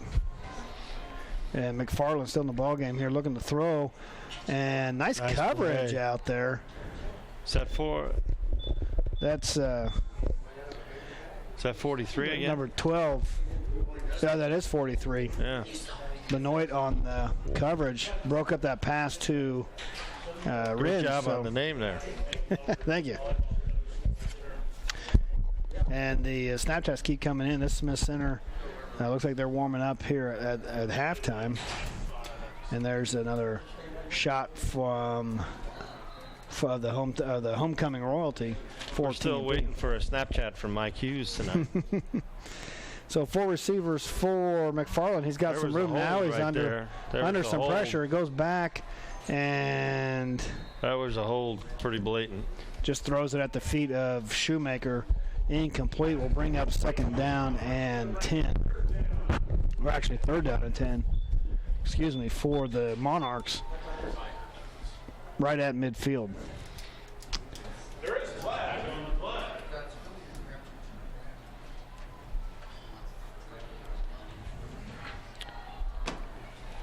So they're flagged down. We'll see if that's what they call, if they call holding or not. Well, that's what I saw, but sometimes you don't always relate to what you see. Right. Waving it off. There's no flag on the No flag. And the clock continues to run. So we're down to 10:27 left in this ball game. 61-14 is our score. Smith Center on top of TMP. 3rd down and 10 for the Monarchs at the 50-yard line. 5 receivers set for McFarland and the TMP. And now here comes the blitz. Nice throw right in the middle for Shoemaker. Shoemaker at the 35-yard line and is brought down there. But that is a good 15-yard gain on 3rd down. We'll get him the 1st down. So I got another text here from Mike Hughes. Buckmaster is the quarterback. Gotcha. And he says he does not Snapchat. So, so they've got the numbers here all mixed up. So I'm glad that we've got somebody to keep us in track here. So maybe I should get Mike Hughes on the phone and he can just talk. Just do it. Yeah. You can take it in from here. There we go. So 1st down completion for TMP will make this 2nd down and 5 for the Monarchs. 3 receivers to the left of McFarland. He's got a man open and just kind of tripped over some feet. That's Shoemaker out there on Luke Reuter. And you got to hand it to this JV group and these freshman guys out here playing. Yeah. Right now. I mean, they're not just rolling over. TMP's still taking some shots. No, that good coverage out there by Shoemaker. Quite the height advantage for Reuter, but Shoemaker was with him. So it brings up 3rd down and 5 now for TMP at their 30-yard line. 8:37 left in this ball game. 3 receivers for McFarland. Blitz. Here comes a blitz, and the pass is high and nice. Was timed just right there by Benoit, able to break that pass up, intended for Reuter, and brings up 4th down and 5 now for TMP. So. You got to go. Yeah, absolutely. But good coverage out there in the secondary by Benoit. Really, I mean, they had a blitz on that play. So. So 4th down and 5 for the Monarchs. They got a man in motion here. That's Reuter they're gonna pitch it over to Reuter off the left-hand side. He's got a little bit of room, but is stopped and met. You got to battle that. A 3-yard gain on that. That's Kugler out there on the tackle. Now that we've got the 14 and the 9 straightened up here. Great job. Great job. Stop short, but there's a flag down. Holding on the offense. That penalty is declined. Turnover on downs. So that was a penalty on TMP, and it's declined. So Smith Center takes over on downs at the 30-yard line. And, boy, their JV defense is holding their own. They've done great, but they've also done a little bit of stunting to kind of throw McFarland off a little bit. And they're getting a chance to play down here at Fort Hays and play on the turf. And Smith Center, they got a great field, but it's not turf. And right. So now we've got this straightened up. Buckmaster, the quarterback for the Redmen. They give to the first man through, and maybe a yard. It looks like now they've got the ball come out. There's a whistle. There's some wishful thinking there from somebody ripped it out, and with a forward motion stopped on the play. That was Caleb Hagens with the ball, but I would say, pretty much that's a starting D out there right now still. It looks like they've got some new faces in there. Yeah, they do have some. Yeah, they do. So Smith Center Buckmaster in at quarterback for the Redmen. And this is a give to the second man through, and just nothing going. And Hagen really wants that ball, comes up with it again. But Michael Lager on the stop for the Monarchs, and that's about a 1-yard loss back to the 30-yard line. So 3rd down and 10 for Smith Center. That was a jailbreak for TMP, but there's some younger guys on the other side of the ball over there. Yep. So 5:40 left in this ball game. Buckmaster brings the Redmen to the line of scrimmage. 3rd down and 10 at the 30-yard line. And Buckmaster he's open. Throw. He's got a man open, and he's got right through his hands. And Logan Zabel, the intended receiver, and Buckmaster put that right in his hands. I think he had a glimpse of Shoemaker coming down on him, and you can't hit anybody right in the hands. So 4th down and 10 now for Smith Center. They might go for it here, just being where they're at and what they're doing. I think they got Fagler back to do the punting. Just under 5 minutes left in this ball game. We're going to bring in the long snapper. That's Moss. And he must be the backup long snapper, because you can't long snap and kick at the same time. No. So kind of a low snap, able to get that off. And he gets hit. That's a penalty. Hard. That's a penalty. Fagler, the punter. And the difference that we talked about, Fagler was inside the box as the punter. And his leg was in the air, and that was a definitely penalty there. That's when guys get hurt. So that will be, we'll see if this is the roughing or running into the... Roughing the kicker on the defense. 5-yard penalty, automatic 1st down. So that'll be a 1st down. Is that a 15-yard penalty, Ivan? I think it's a 5-yard, but it's an automatic first. Did he say roughing or running in? He said roughing. I thought that was... I think it's only 5, but it's an automatic 1st down. But he's trucking it off. 5 from the spot of the ball. Okay, there from the line of scrimmage? Yeah, line of scrimmage. I see. So that'll be, they still show 4th down, but the referee said it was an automatic 1st down? Yes. That's what I thought he said, but maybe that's what I thought. That's what I understood too. And so they're still showing 4 over there, and they're looking to punt. But if it's roughing, isn't that a personal foul?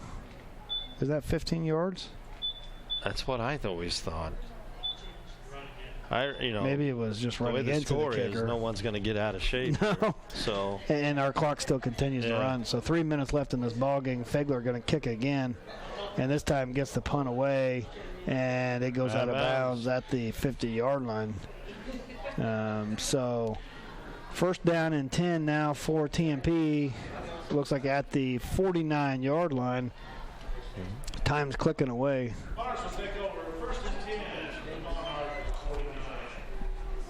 So on the TMP side. Looks like they've got some of their backup players coming in for TMP. We'll try to get you their names here. Yeah, they made some wholesale changes too. Looks like Juan Martinez in as the running back. And Carson Jacobs, the quarterback. Timeout, TMP. Trying to get some stuff lined up for TMP. We've got 2 minutes and 10 seconds left in this ball game, and the second half it's we've seen Smith Center put in their second team, and now we got TMP's subbing some younger guys in. So it's always good to get that experience. Smith Center did it a long time ago, longer than before I thought they would. Snapchat, here we go. Mike Hughes in Smith Center tonight, folks, that sent us that Snapchat. He said he did not Snapchat. That's fantastic. Thank you, Mike. Appreciate it very much. Hey, the only thing that would be better for Mike is I've seen him in a wrestling mask before. If he would put that on and send us, that'd be great. We just send him the chair. wins the competition. There's some. Send us that one with that wrestling mask, and we'll send you the chair. Some more snaps coming in, and you made it for him. Oh my God, that's great. So 1st down and 10 for the Monarchs. Looks like Carson Jacobs back as quarterback, and he's going to throw the ball and just great. off the hands, and that was a big collision out there. Is that Aubrey doing that, or did you, Jason, on that? That's great. I'm sure Mike enjoyed that. So incomplete pass for TMP. Brings up 2nd down and 10. 1:45 left in this ball game. We'll see if right now if Aubrey can do one for Curtis. Jacobs looking back to pass. He got a sack and throws the ball away, but he's going to be down, and they're going to call him down. Yeah, again on the blitz. That's Logan Zabel. Yeah. There. Minute 23 left here in the game. Minute 20 now. That pushes the Monarchs back. It'll be 3rd down and 21, 22 yards. So still Carson Jacobs, the quarterback, in for the Monarchs. Looking to throw deep. Great pass. And just they're still a few fans here were upset that there was no flag. They're looking for a flag. So 45 seconds left in this ball game, and I'm not saying it's not warranted. I mean, it was.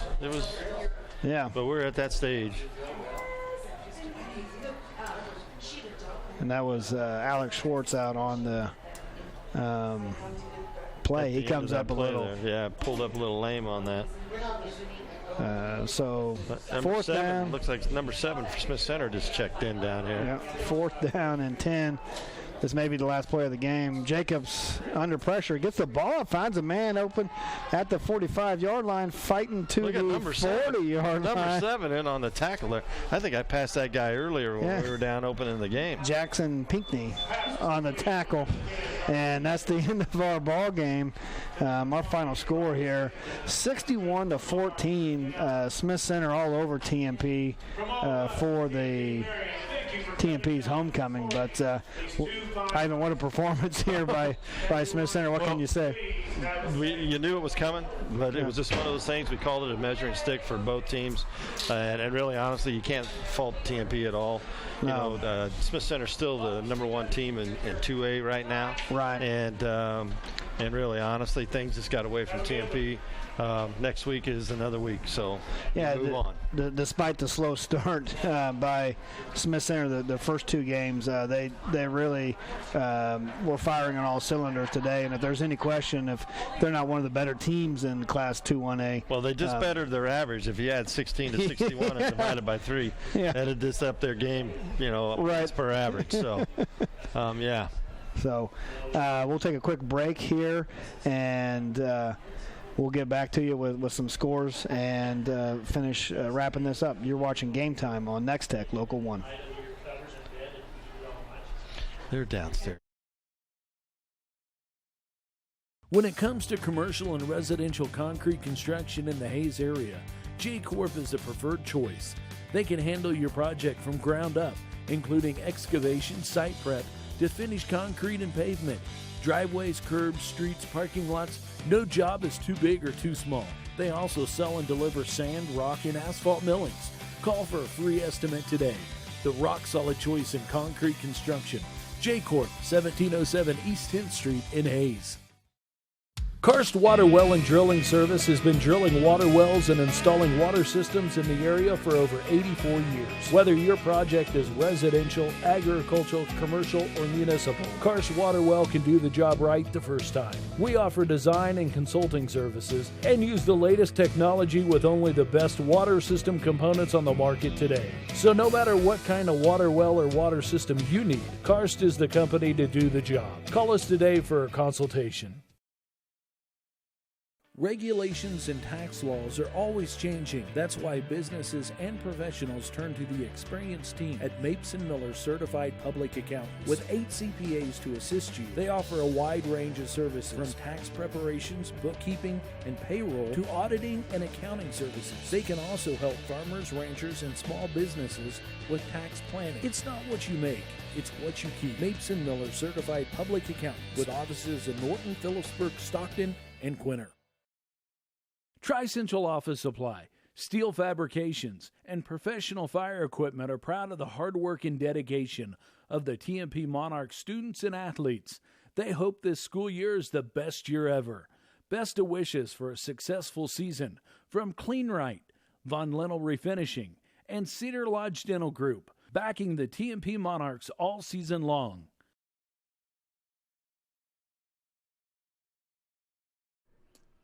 Hi. We're looking for insurance. Let's see who's free. When insurance agents work for only one company, their options are simply limited. But a Trusted Choice independent agent is free to shop many companies for a better deal. Free to do what's right for you. Let us shop for you. Contact Rogers & Associate to learn more.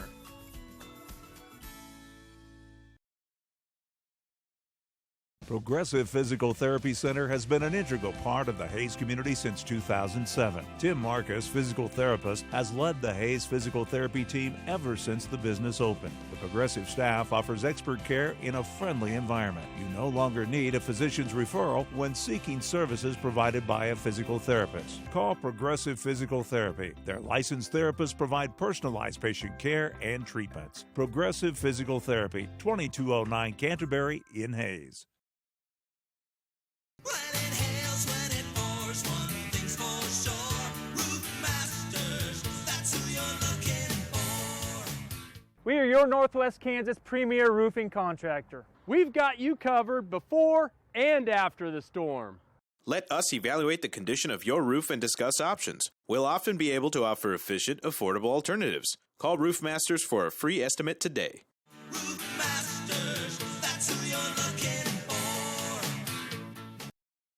Hi, I'm Alex, and here we are at Herman Physical Therapy. Mariah, do you need doctor's orders for PT? Nope, but if your doctor orders PT, you can still choose to come to us. Great.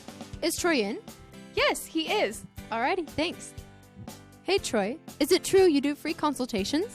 You betcha. Why did you choose Herman PT? He makes it fun. Would you refer a friend here?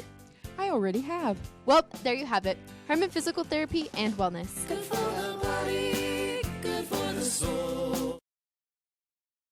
Julie Coleman Photography, Center Monuments and Limestone Engraving, and Dave's Heating and Cooling are proud of the hard work and dedication of all of the Smith Center High School students and athletes.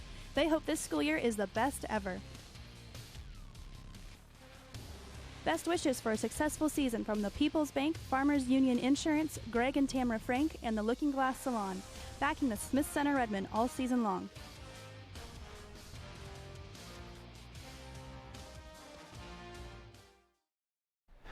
Welcome back to Game Time on Nex-Tech Local 1, where our final score here from Lewis Field is Smith Center 61, TMP 14. And Ivan, the difference in the score really reflected what we seen on the Right. field. It was one-dimensional the whole The game. tempo was set at when there was kickoff. Yeah.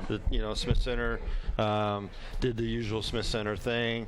They got here, they warmed up, they walked around the whole field while TMP was warming up. Yeah. We've seen that for years.